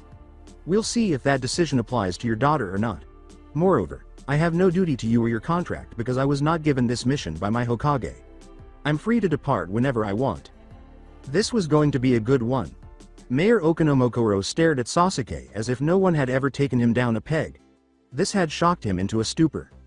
"In regard to your supposedly illustrious bloodline, I sincerely doubt the truth to your claims since no such name has, to my knowledge, ever been on the Godaikoku nobility registry, of which I am well acquainted. The art of making someone feel like a low-class jerk while remaining completely courteous." Since not all of his lessons from long ago had worn off, he was able to make a fool of this arrogant old man. Although he had already taken enough crap from Kakashi regarding his relationship with Asami, he wasn't going to take anything more from anyone else, client or not. However, the word relationship carried too much connotation. Acquaintance was the ideal, aloof word, but he had no feelings for the girl behind that of a friendly, distant acquaintance. As Mayor Okanomokuro staggered back to his seat, shoving food listlessly into his mouth, Sasuke grinned and said, "Have a seat, sir, I think your breakfast may be getting cold." "I think that's the longest consecutive stream of words that you've ever said in front of me," Kakashi remarked, blinking his single eye. "I do have a question, sir," said Sasuke, remaining courteous, and Mayor Okanomokuro paused before slowly turning to face him. "Asami Chan informed me yesterday that her last name was Chodai," he said. "Why did she When Sasuke saw the man's jaw tighten at the well-known address of Chan, his grin grew. "Don't ask me to fathom the mind of a teenage girl," he said, harumphing and turning around again. "I have no idea why she did it. However, her mother's maiden name was Chodai." At this point, Asami, or was it Raikasamiko, decided to enter the room, aware of the tension between her father and her friend but not caring about it.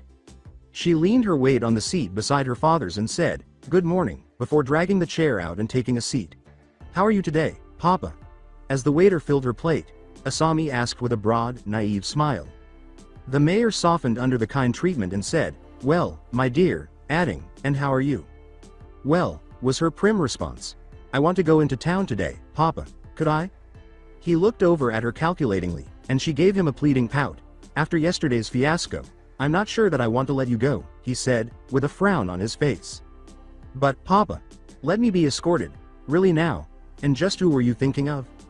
"Who could be better escorts than a pair of ninja?" Asami said with a triumphant smile. "What? You'd like to bring that boy along? Papa is that boy's teacher.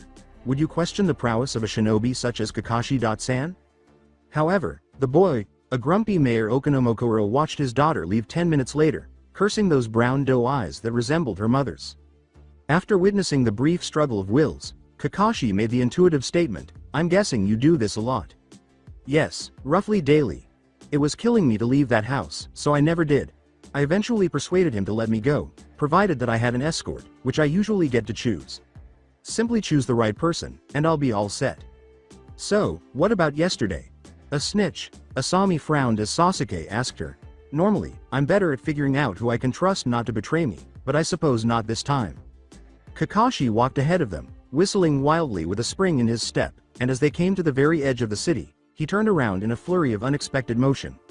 The two teenagers walked side by side in friendly silence for a few minutes, and as they reached the top of a hill, the town that Mayor Okanomokuro presided over slowly came into view. "I'm starving, but I'm not sure about you two. I'm going to find something to eat," Kakashi said abruptly, his curved eyes showing a smile. "Later." "Your sensei has all the subtlety of a rampaging elephant," Asami remarked reflectively as she observed Kakashi's back vanish in the mid-morning marketplace. "And for once, I'm glad he does."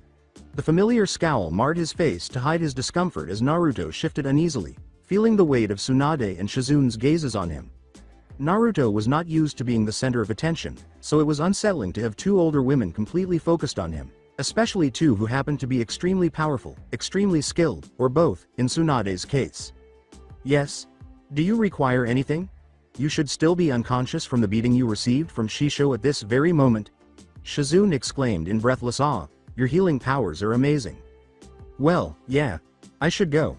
I appreciate you keeping me off the streets." There was a glimmer of appreciation beneath the sarcasm. He was truly appreciative. If he had been in Konoha. This glimmer of emotion was not missed by either of the other two. Tsunade nodded curtly. "No problem, kid.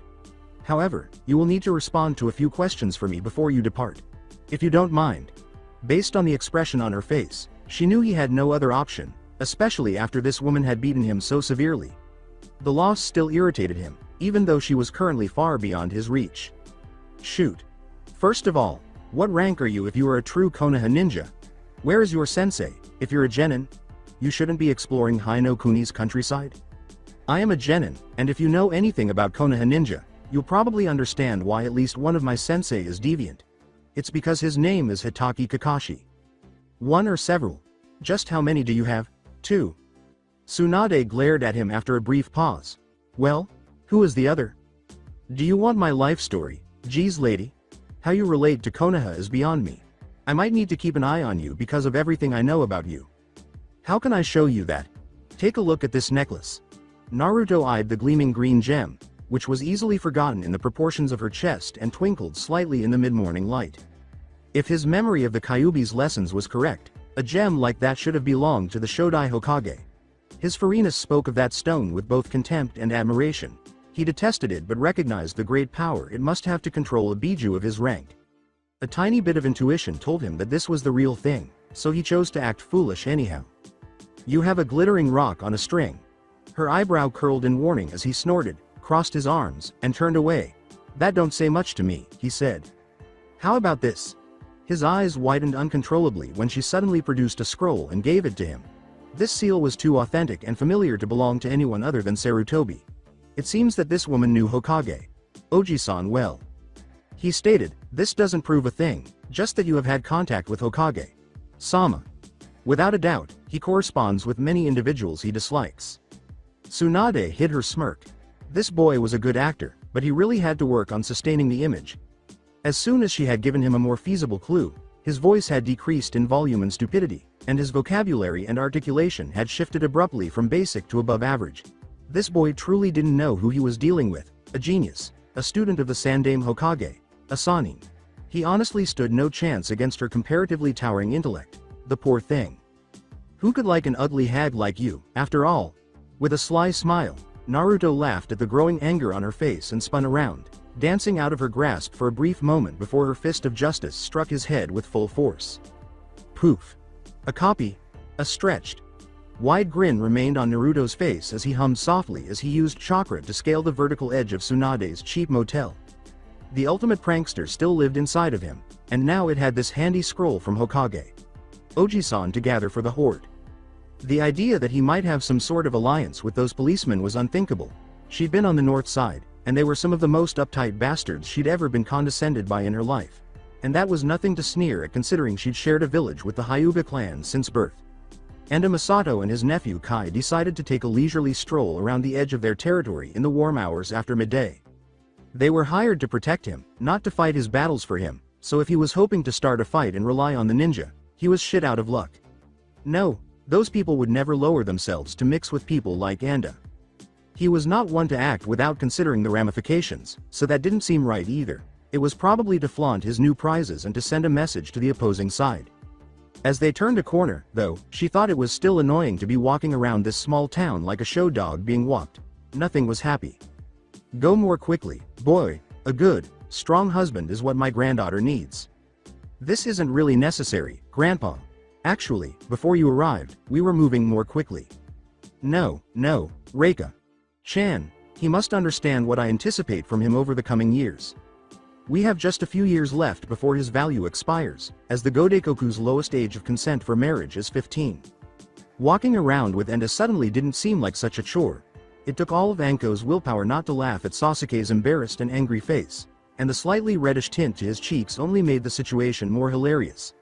The exalted Uchiha was assisting an elderly man, who was clearly the grandfather to the girl on his other side, in crossing the road, while the older man was making some of the most amusingly demeaning and emasculating remarks she had ever heard directed at a male.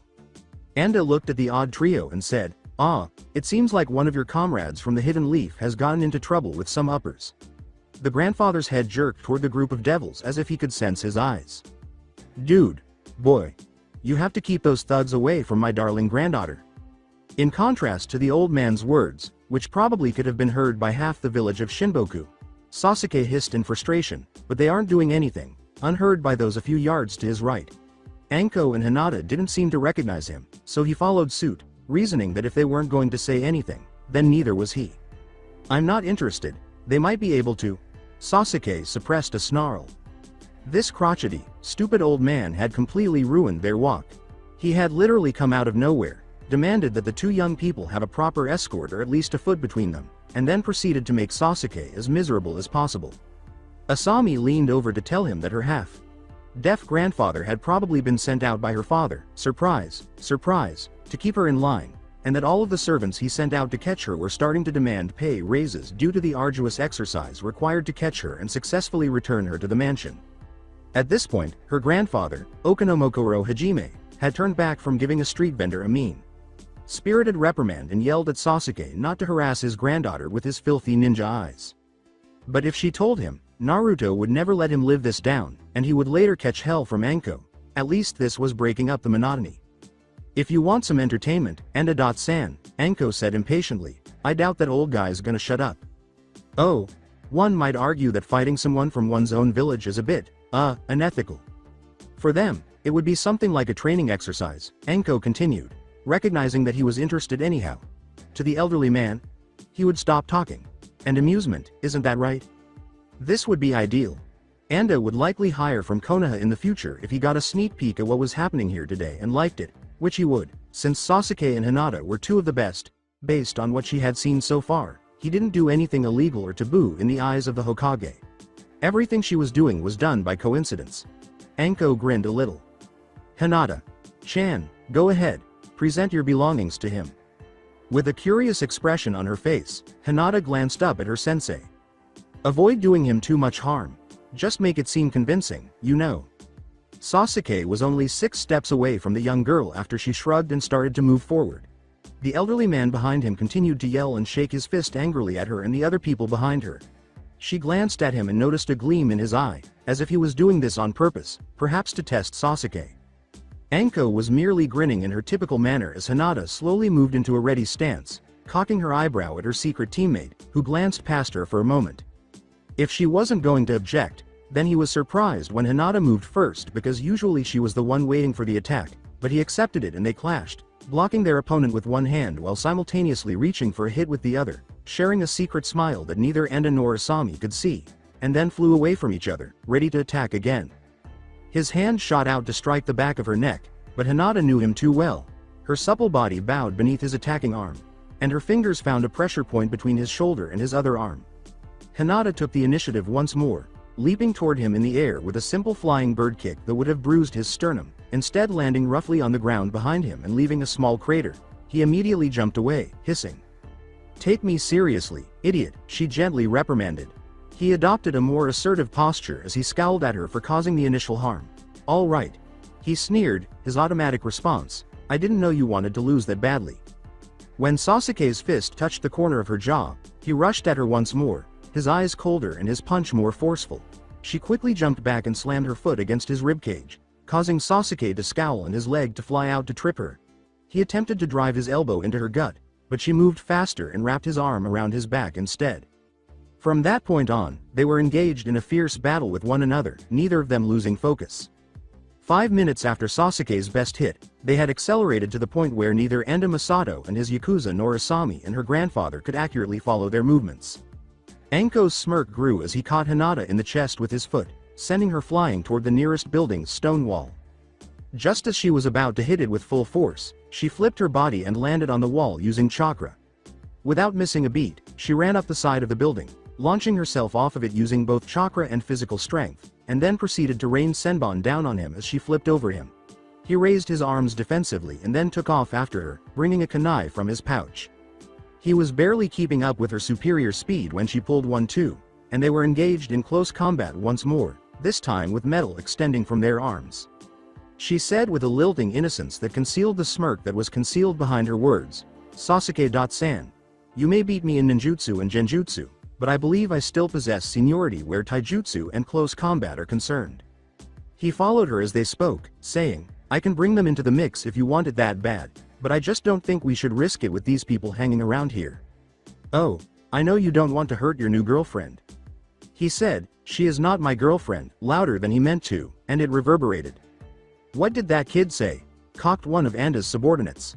Anko's smile had turned positively devilish. Something about a girlfriend, I believe. Her voice remained the same, but Anko's face had taken on the manic grin her students had grown accustomed to seeing her wear. She stood in front of her client to avoid his attention, as that kind of behavior often hurts business, and she focused on the fight again. I met this girl, and Kakashi decided that we would work under her father to keep her safe. That's all. If Sakura and Ino saw you with her, what would they do? You two appeared to be very amiable. She was deliberately playing mind games with him, knowing all too well that this conversation would affect him, and he stopped himself, blocking her kick. However, this is no longer the case. Her lips formed a faint pout, and he gave her a grim smile in return. How serious should we get, in your opinion? Knowing Anko, Sensei, she won't stop us until we're striking the killing blow. Don't you think it sounds like fun? There was only a faint sense of dissatisfaction, if only it had been Naruto, because now he had a rival he could actually enjoy beating the shit out of. Hinata was a good stand-in, but nothing really got him going like a good fight with Naruto, which they hadn't had in weeks. Good, said Sasuke, his lip quirking upward, and her acknowledging and slightly sheepish nod turned his quirked lip into a full-on smirk. He lost his sense of nostalgia, and Hinata struck him in the nose with her fist. Shit. That crunching sounded unpleasant. She responded, sorry, But I guess I figured you would dodge that, in a quiet voice with a hint of sarcasm. Her previous warning came back to him. Take me seriously, idiot. She wasn't Naruto, but that didn't mean she wasn't a foe he could ignore. If that's how you want it, he was being serious when she saw the tiger seal in the whirl of his hands and started to back away. Kaden. No jutsu, Ryuka. She had never really thought about starting her own business, but if she was this good at selling the product, maybe the idea merited another look. Enko looked to her right, just behind her, and saw that Enda's eyes were genuinely captivated by the match in front of him. He drank in the sight of a young boy, maybe a third of his age, spit a stream of fire from his mouth like it was child's play. Here, she frowned. It was strange how attached they were all becoming to that child. Sasuke and Hinata didn't often fight. It was either Naruto versus Sasuke or Naruto versus Hinata. That blonde brat never seemed to tire. In fact, both of them seemed to enjoy Naruto's company more than their own. Reika. Sama. Why are you in those devils' direct line of sight? Sasuke and Hinata immediately stopped fighting, and he saw that her face became icy the moment she sensed them. He could no longer have her entire attention, or even the majority of it, and he could see that she was venomously eyeing two policemen in particular. Asami slapped her forehead on his side and farther away. Asami said, "Oh, shit," with a very irritated expression. The Tokubetsu Junin could feel the Yakuza thugs surrounding her shuffling and murmuring to themselves that the little girl couldn't possibly take out all of those policemen, so she shifted and glared at them as Enko watched the young girl toss her head into the palm of her hand, clearly indicating that the brown-clad policemen from the north side weren't wanted here. Did you just disparage my dear student? She glared fiercely. With your permission, Enda-san, she said. Masato mentioned, it would be my pleasure to watch Hinata-san at work, while maintaining an air of being a kind host. Enko smiled and said, good. She whistled loudly, attracting both Genin's attention.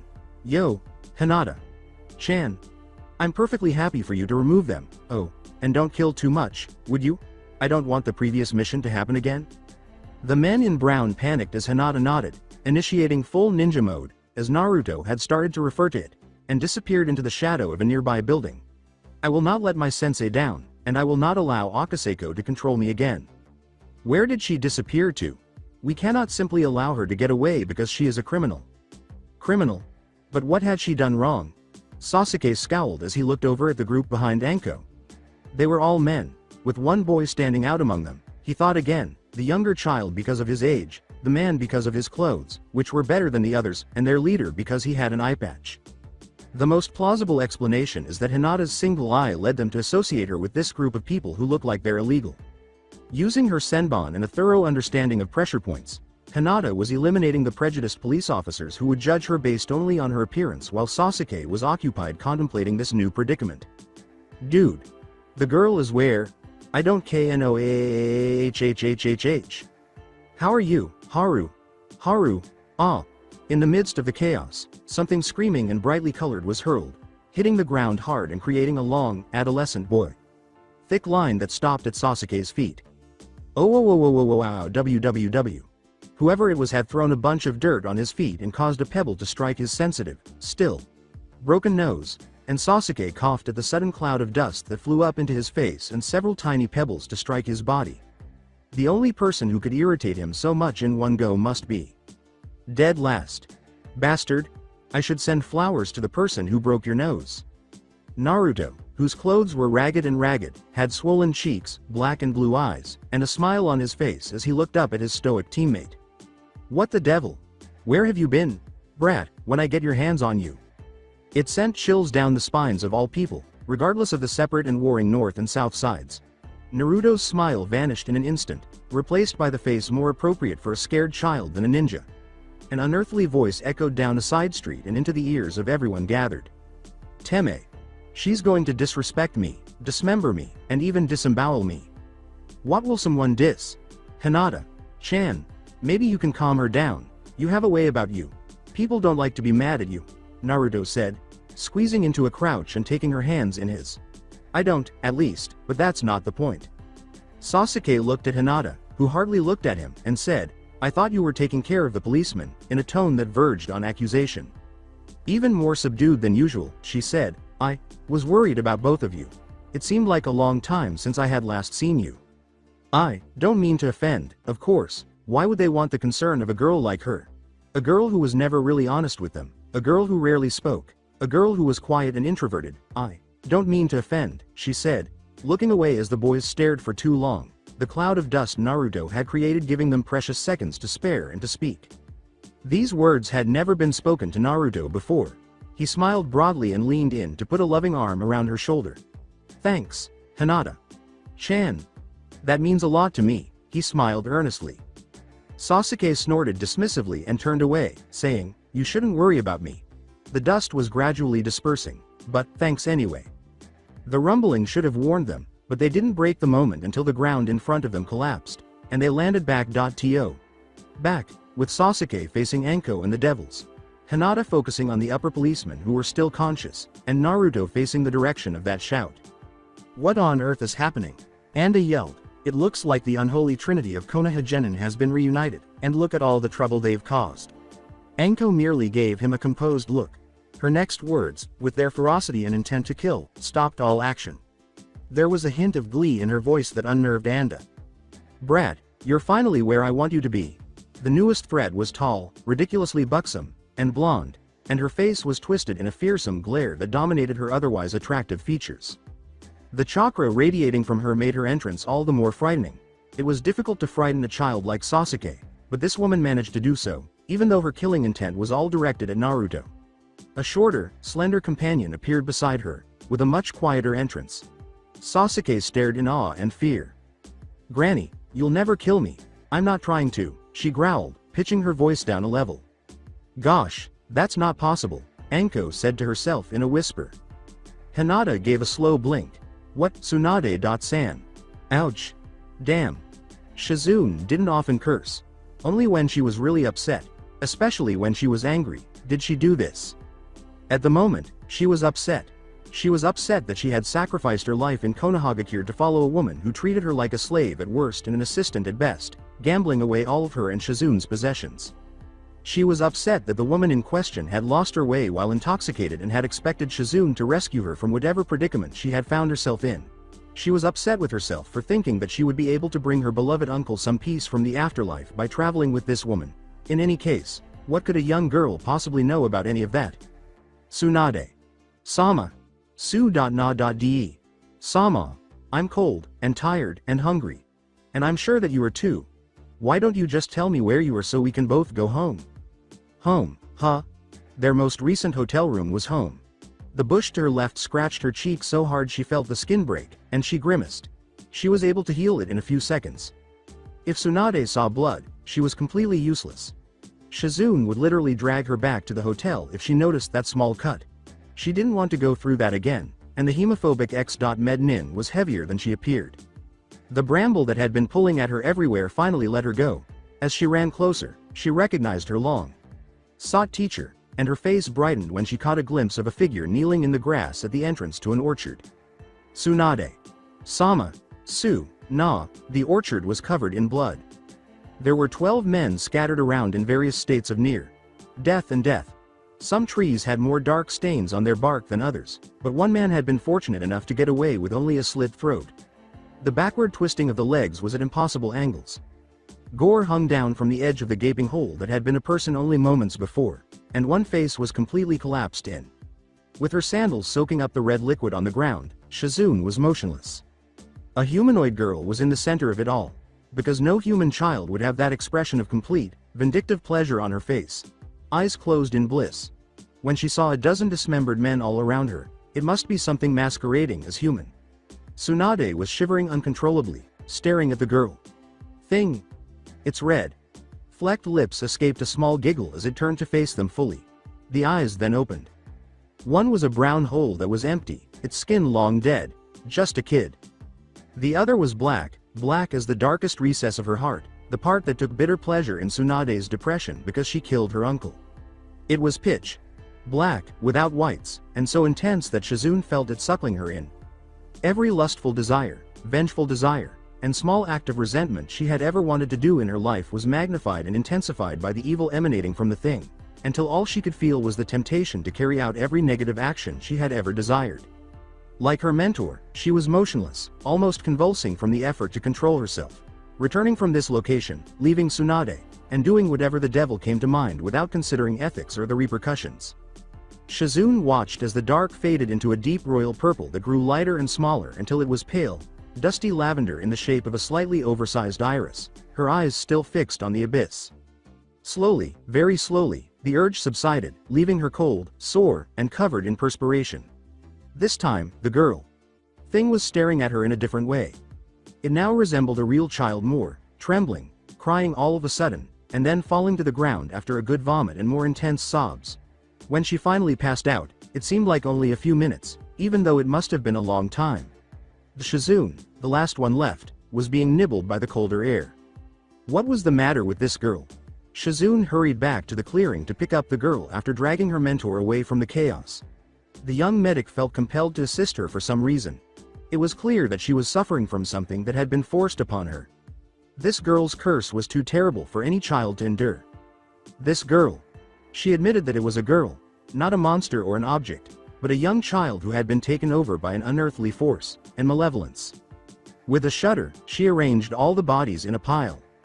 She was just a young girl and a ninja in training when she left Konoha, and now that she was traveling with a hemophobe like Tsunade, it was uncommon to see dead bodies. It was completely unfamiliar to her to deal with corpses, touch them, and stack them. Nevertheless, she did so. To facilitate their burning, the 12 men and their components were gathered into a pile and soaked in flammable poison. Ignoring the strong smell of charred human flesh, she took a step back and waited for the flames to go out so she could be sure they wouldn't spread to the nearby trees.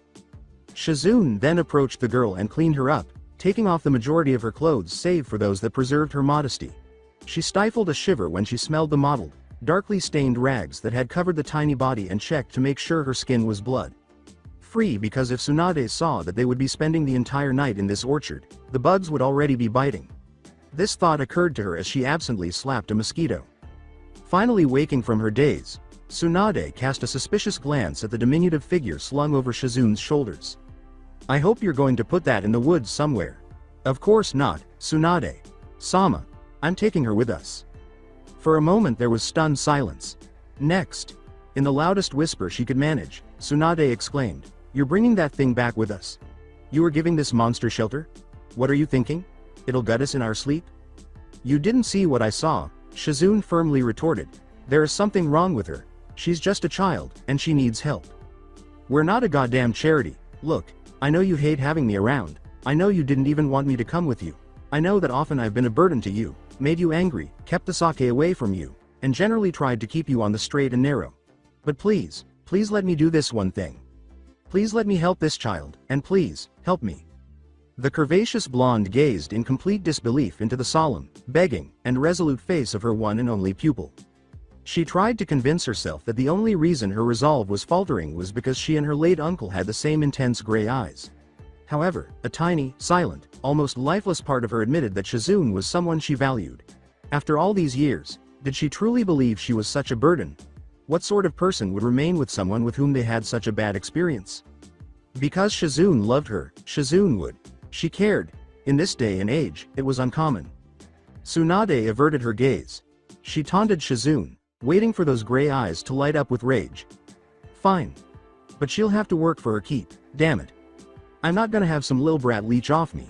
I've already experienced that more than I care to remember," she said sourly. She was upset that someone had reawakened emotions she had long believed to be dormant. However, her pupil didn't fall for the ruse. The Sanin smiled ruefully, thinking that she had taught her better. She smiled contentedly and thanked Tsunade in the most sincere way, rather than reacting angrily to the insult. "Obviously, you'll be up watching her tonight. To make sure that she doesn't actually kill us in our sleep, I mean." The younger woman went pale. After a day like the one she had just had, an all-nighter. However, she could tell this was a test by the expression on her mentor's face. To what extent was she motivated to do this? "Oh, of course Tsunade. Sama, good, well, have a fun night." Tsunade was not shocked to see the young girl slouching against the wall while Shizune slept. She was equally shocked, however, to see the girl crouched against the wall in the corner, her lone eye wide open and her body tense. She became even more tense and froze in that position, completely paralyzed by the women's presence, as prey would in a predator's den, when she saw that one of the two was awake. Tsunade arched an eyebrow in inquiry. This girl was really not the demon she had seen the day before. in possession of a crude, yet no less perverse, form of the perversion that had taken one of the Sanin. She dismissed that idea and got up brusquely from her futon. The girl drew farther away from her, if at all possible. Tsunade clicked her tongue in disapproval, but her hawk eyes saw the fleeting hint of despair in her face. What's all this? Last night you were slitting the throats of grown men without a care, and this morning you're cowering away from the first person you see? She asked. Well, I don't really give a damn. I'm a doctor, and you're getting a checkup whether you like it or not. It was easy to see the girl was malnourished just by looking at her. With a clinical eye, Tsunade followed the lumps in her skin, protruding bone, which were stretched, cracked, and mottled in some places. The matted mess of darkness on her head was better described as fur, and even that was a stretch given its volume. It was unknown how severely the malnutrition had impeded her growth, so she could have been anywhere between 7 and 12 years old. Muttering to herself, a work in progress, Tsunade said. First things first, though. You really need a haircut, a change of clothes, and... The Sanin resisted the gag reflex brought on by the young girl's foul odor. A bath. A good, long one. The girl seemed to not even recognize the words as non-threatening.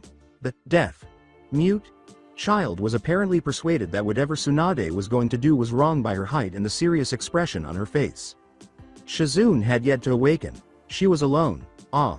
The sounds of screaming roused Shizune. She twisted to face their new arrival, wiping the sleep from her eye. In her futon, she froze. Kya. Tsunade. Sama, she's gone. What was her mentor doing in there, given the sounds of splashing and a squeal that verged on bestial?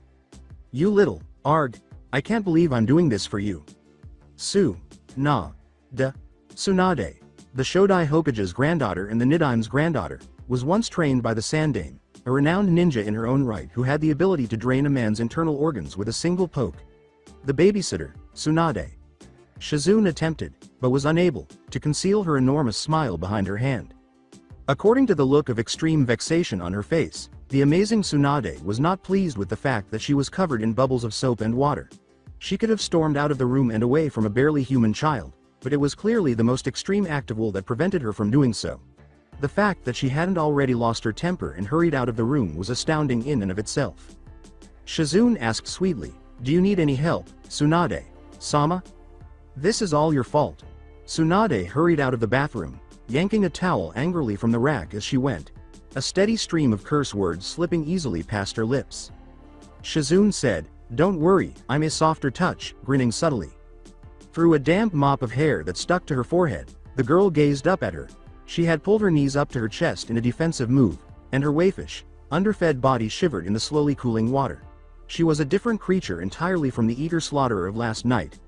Leaning forward, Shizune gently but firmly lathered her hands with shampoo. The girl soon stopped avoiding human contact and instead remained motionless, not flinching but also not recoiling. After 20 minutes, Tsunade became agitated and yelled imperiously at them. Well, this is my bathroom, are you ever going to be done in there? A few more minutes, Tsunade. Sama, and get a pair of scissors ready.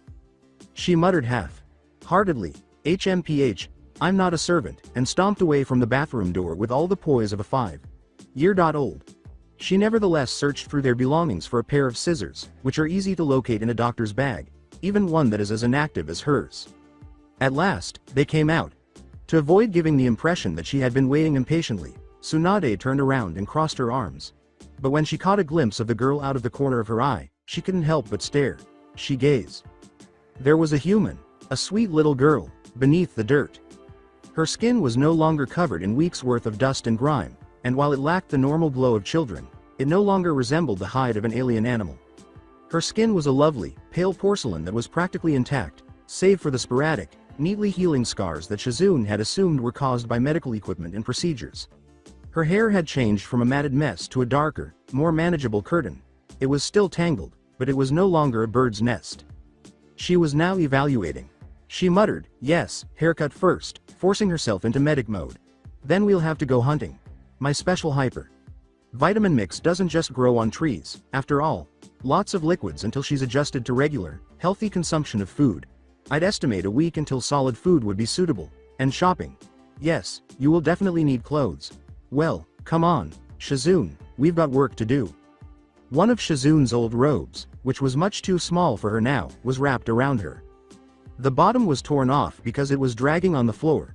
The next step was a haircut, with her hair trimmed to fall past her shoulders and fall to her hips. After being blown dry, the front of her hair was trimmed with bangs that framed her face. To avoid drawing attention to it, the hair in front of her empty eye socket was left shaggier than the other side. Additionally, they used medical tape to cover the socket. The girl remained quiet and unconcerned throughout this whole ordeal. They gave her an old pair of sandals that were several sizes too big for her small feet and flapped noisily on the ground as she walked. However, she didn't seem to mind.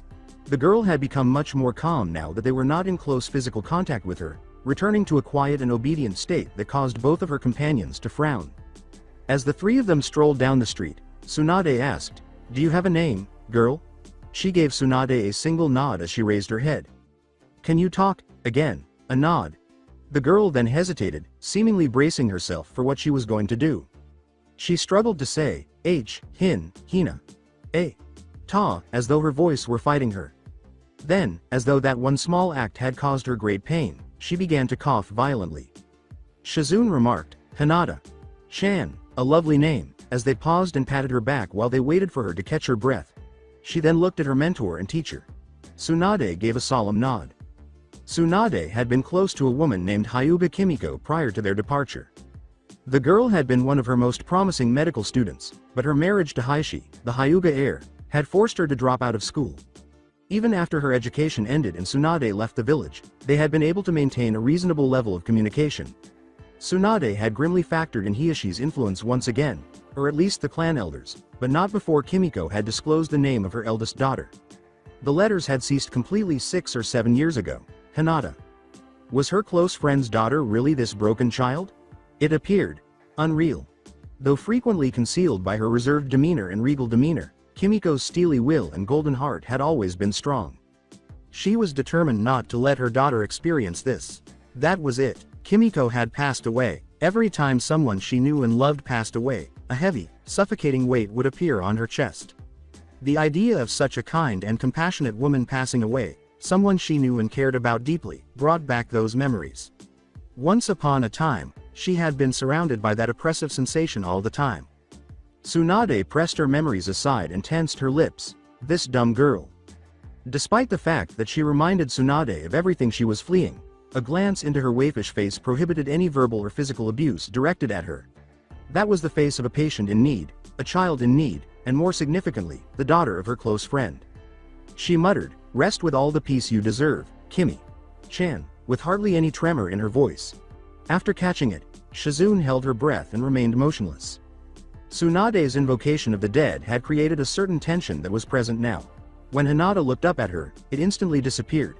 The face of Kimiko's present and future, the way she could continue to live. This new pain was so easily eased by that large moon. Eyes pathetic gaze. As Shizune saw her mentor's eyes soften as she gazed at Hinata, she realized at once that the girl had a lifelong protector. Tsunade, however, appeared to be aware that she was being watched and interrupted the conversation by glaring at her pupil. "What are you grinning for, Shizune? Come on, little one, I see a clothing store over there." Shizune felt positively ecstatic. Tsunade hadn't even brought up gambling or alcohol once during the day. She seemed to have forgotten about herself because she was so preoccupied with satisfying this girl's every need. It was a strange phenomenon, but certainly not one that was undesirable. Hinata was now wearing a silvery tunic and a simple black undersuit, along with a pair of sandals that fit her. Additionally, they had gone shopping for certain vitamins and medical supplies that would be helpful to a developing child. Even though it was a gradual process, the girl was opening up just as much as Tsunade. They even succeeded in making her smile when they bought her a big, gooey cinnamon bun. Helping Hinata try on some clothes was the only unpleasant part of the day. Throughout her body, there were obvious signs of unique experimentation, and worst of all, his seal, Tsunade whispered, her eyes blazing. "His? You can't mean Orochimaru." "Yes, this is his work, a different shape, perhaps, but unmistakably the work of that girl." Tsunade had clenched her fist, and with her strength, she had just managed to keep herself from destroying a nearby clothing display and probably half the store. As if anticipating the final blow, Hinata had been shivering uncontrollably, hunching over and looking up at them. Tsunade whispered, "My dear, we are not going to throw you out." In an attempt to avoid drawing the irritable store owner's attention, he was observing them with suspicion. With sincerity, Shizune added, "We only want to help you, please, trust us." After giving a slow nod, hardly daring to hope, Hinata had put on the tunic and allowed Shizune to tie it for her in the back. Given that the girl had been the victim of such a man, that incident had indicated a greater level of tenderness toward her as well as a greater level of trust between the girl and her two overseers because they did not reject her. After a long first day together, Hinata was yawning and massaging her eye as they climbed the stairs to the hotel room in the evening.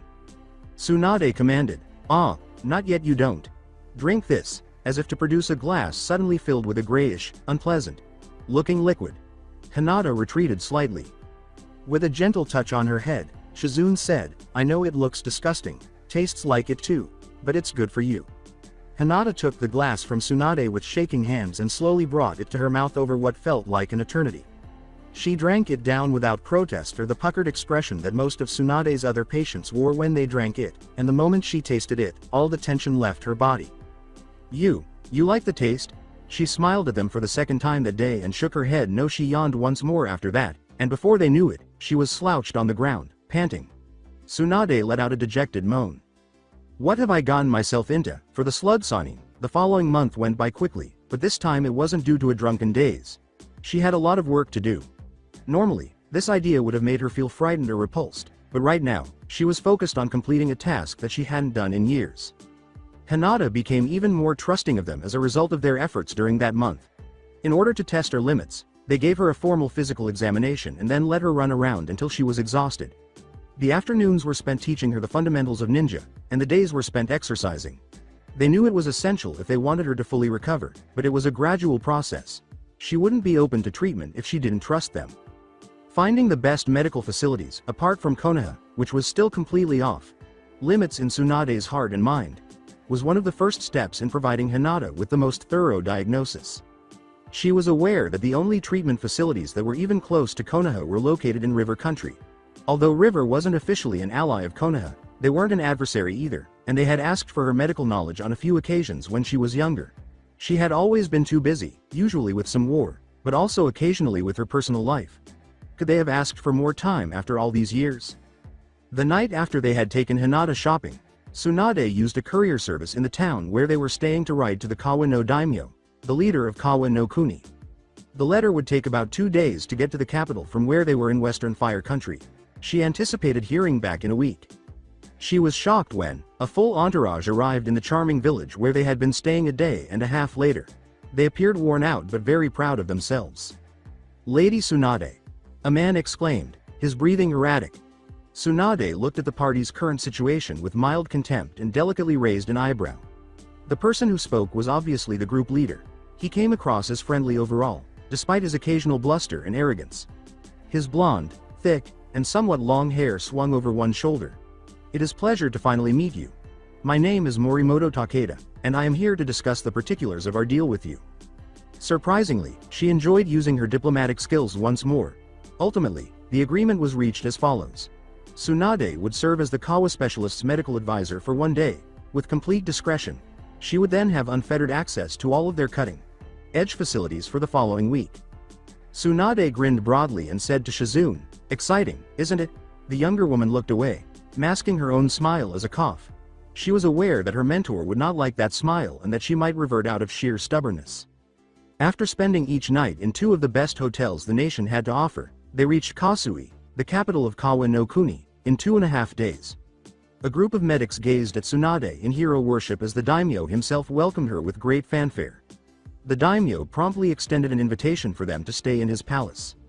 "Not bad, The smile seemed to be stuck to her face forever. "Not at all bad, Tsunade. Sama," Shizune remarked wryly as she peered inside Tsunade's room, which was connected to hers by big double doors. Hinata stayed close to both women, never leaving her knees, especially in a place that was so unfamiliar to her. The finery was all unsettling. It was a busy morning the following day. For the first time in a long time, Tsunade rose early and left her opulent quarters. She looked around the enormous dining table and saw what appeared to be the entire Kawa General Medical staff, though she knew that was not possible. High-ranking officials were given real seats, while others, some of whom were obviously too young to be students, were crammed behind the seated officials. She calmly raised her eyes and welcomed the flood after a lavish breakfast, during which she vehemently refused to be disturbed. She spent the day using the areas of her brain that she had long since given up on. Simultaneously novel, familiar, and intellectually stimulating. While a man in a seedy casino would snicker at her, waiting to take her money and staring at her at the same time, any of the men or women in this room looked at her with respect and even reverence, hanging on to every word she said. It was wonderful to be recognized for her medical expertise rather than her gambling failures. An autograph had even been requested by one of the younger ones. Later, she thought it was an ego-stroking day. But she hadn't realized how much she had needed such a day until she was lying in bed, exhausted but happier than she'd been in a long time. The tests were challenging to administer. This was neither because Shizune and Tsunade were incompetent nor because they lacked support for the complicated machinery. Neither the government nor the staff opposed their ability to conduct the tests. Hinata was the cause of the challenging circumstances. Her pace slowed as she entered the white, sterile medical facility, eventually trailing the other two. After 3 steps, she came to a complete stop. Surprised, Tsunade and Shizune turned to look back.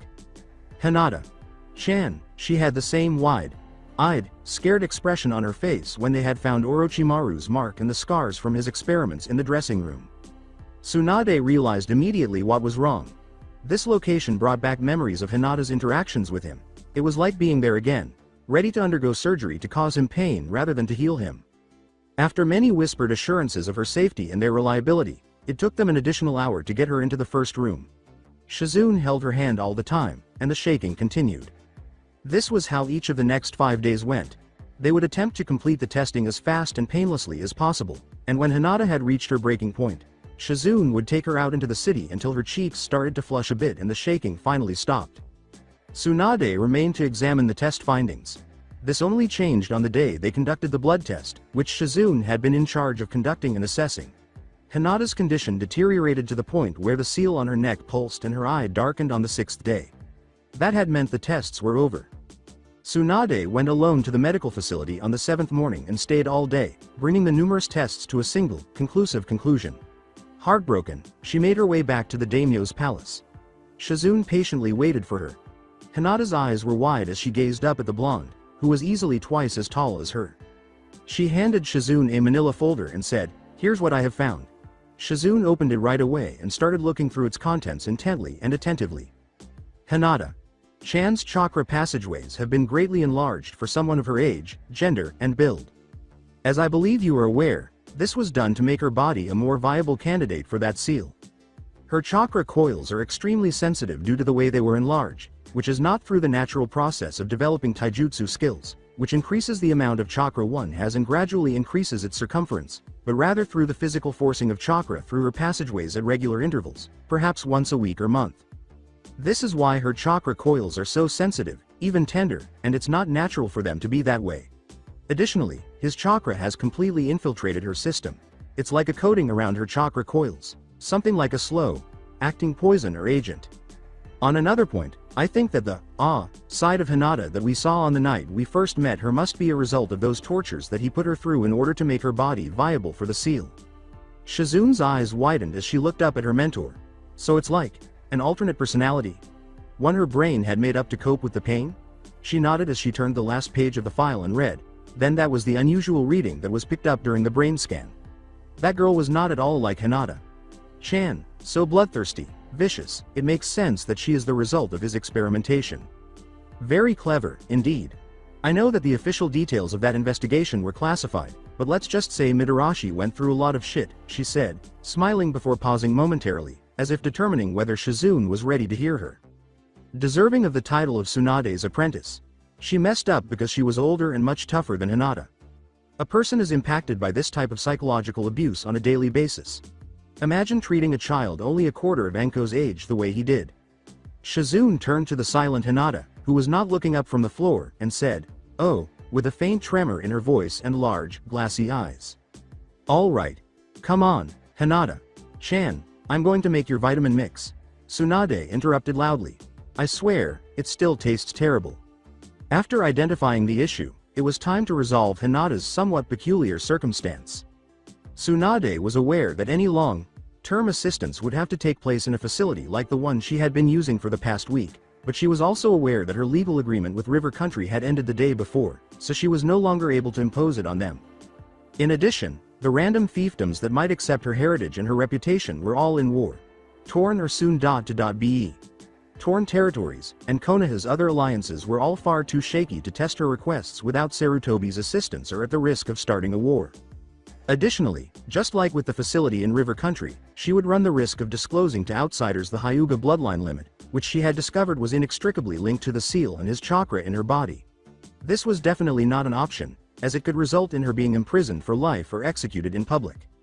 Tsunade had to go back if she wanted Hinata's recovery to be finished. No, her heart was still hurting after all this time. Hinata's presence and the fact that she was taking care of her close friend's child could only make the pain go away for a while before even that wore thin, as strong as it was to have Tsunade go so far out of her way. It was her only option, she told herself, ignoring the sting of guilt as she looked at the sleeping Hinata on their way back to Hai no Kuni.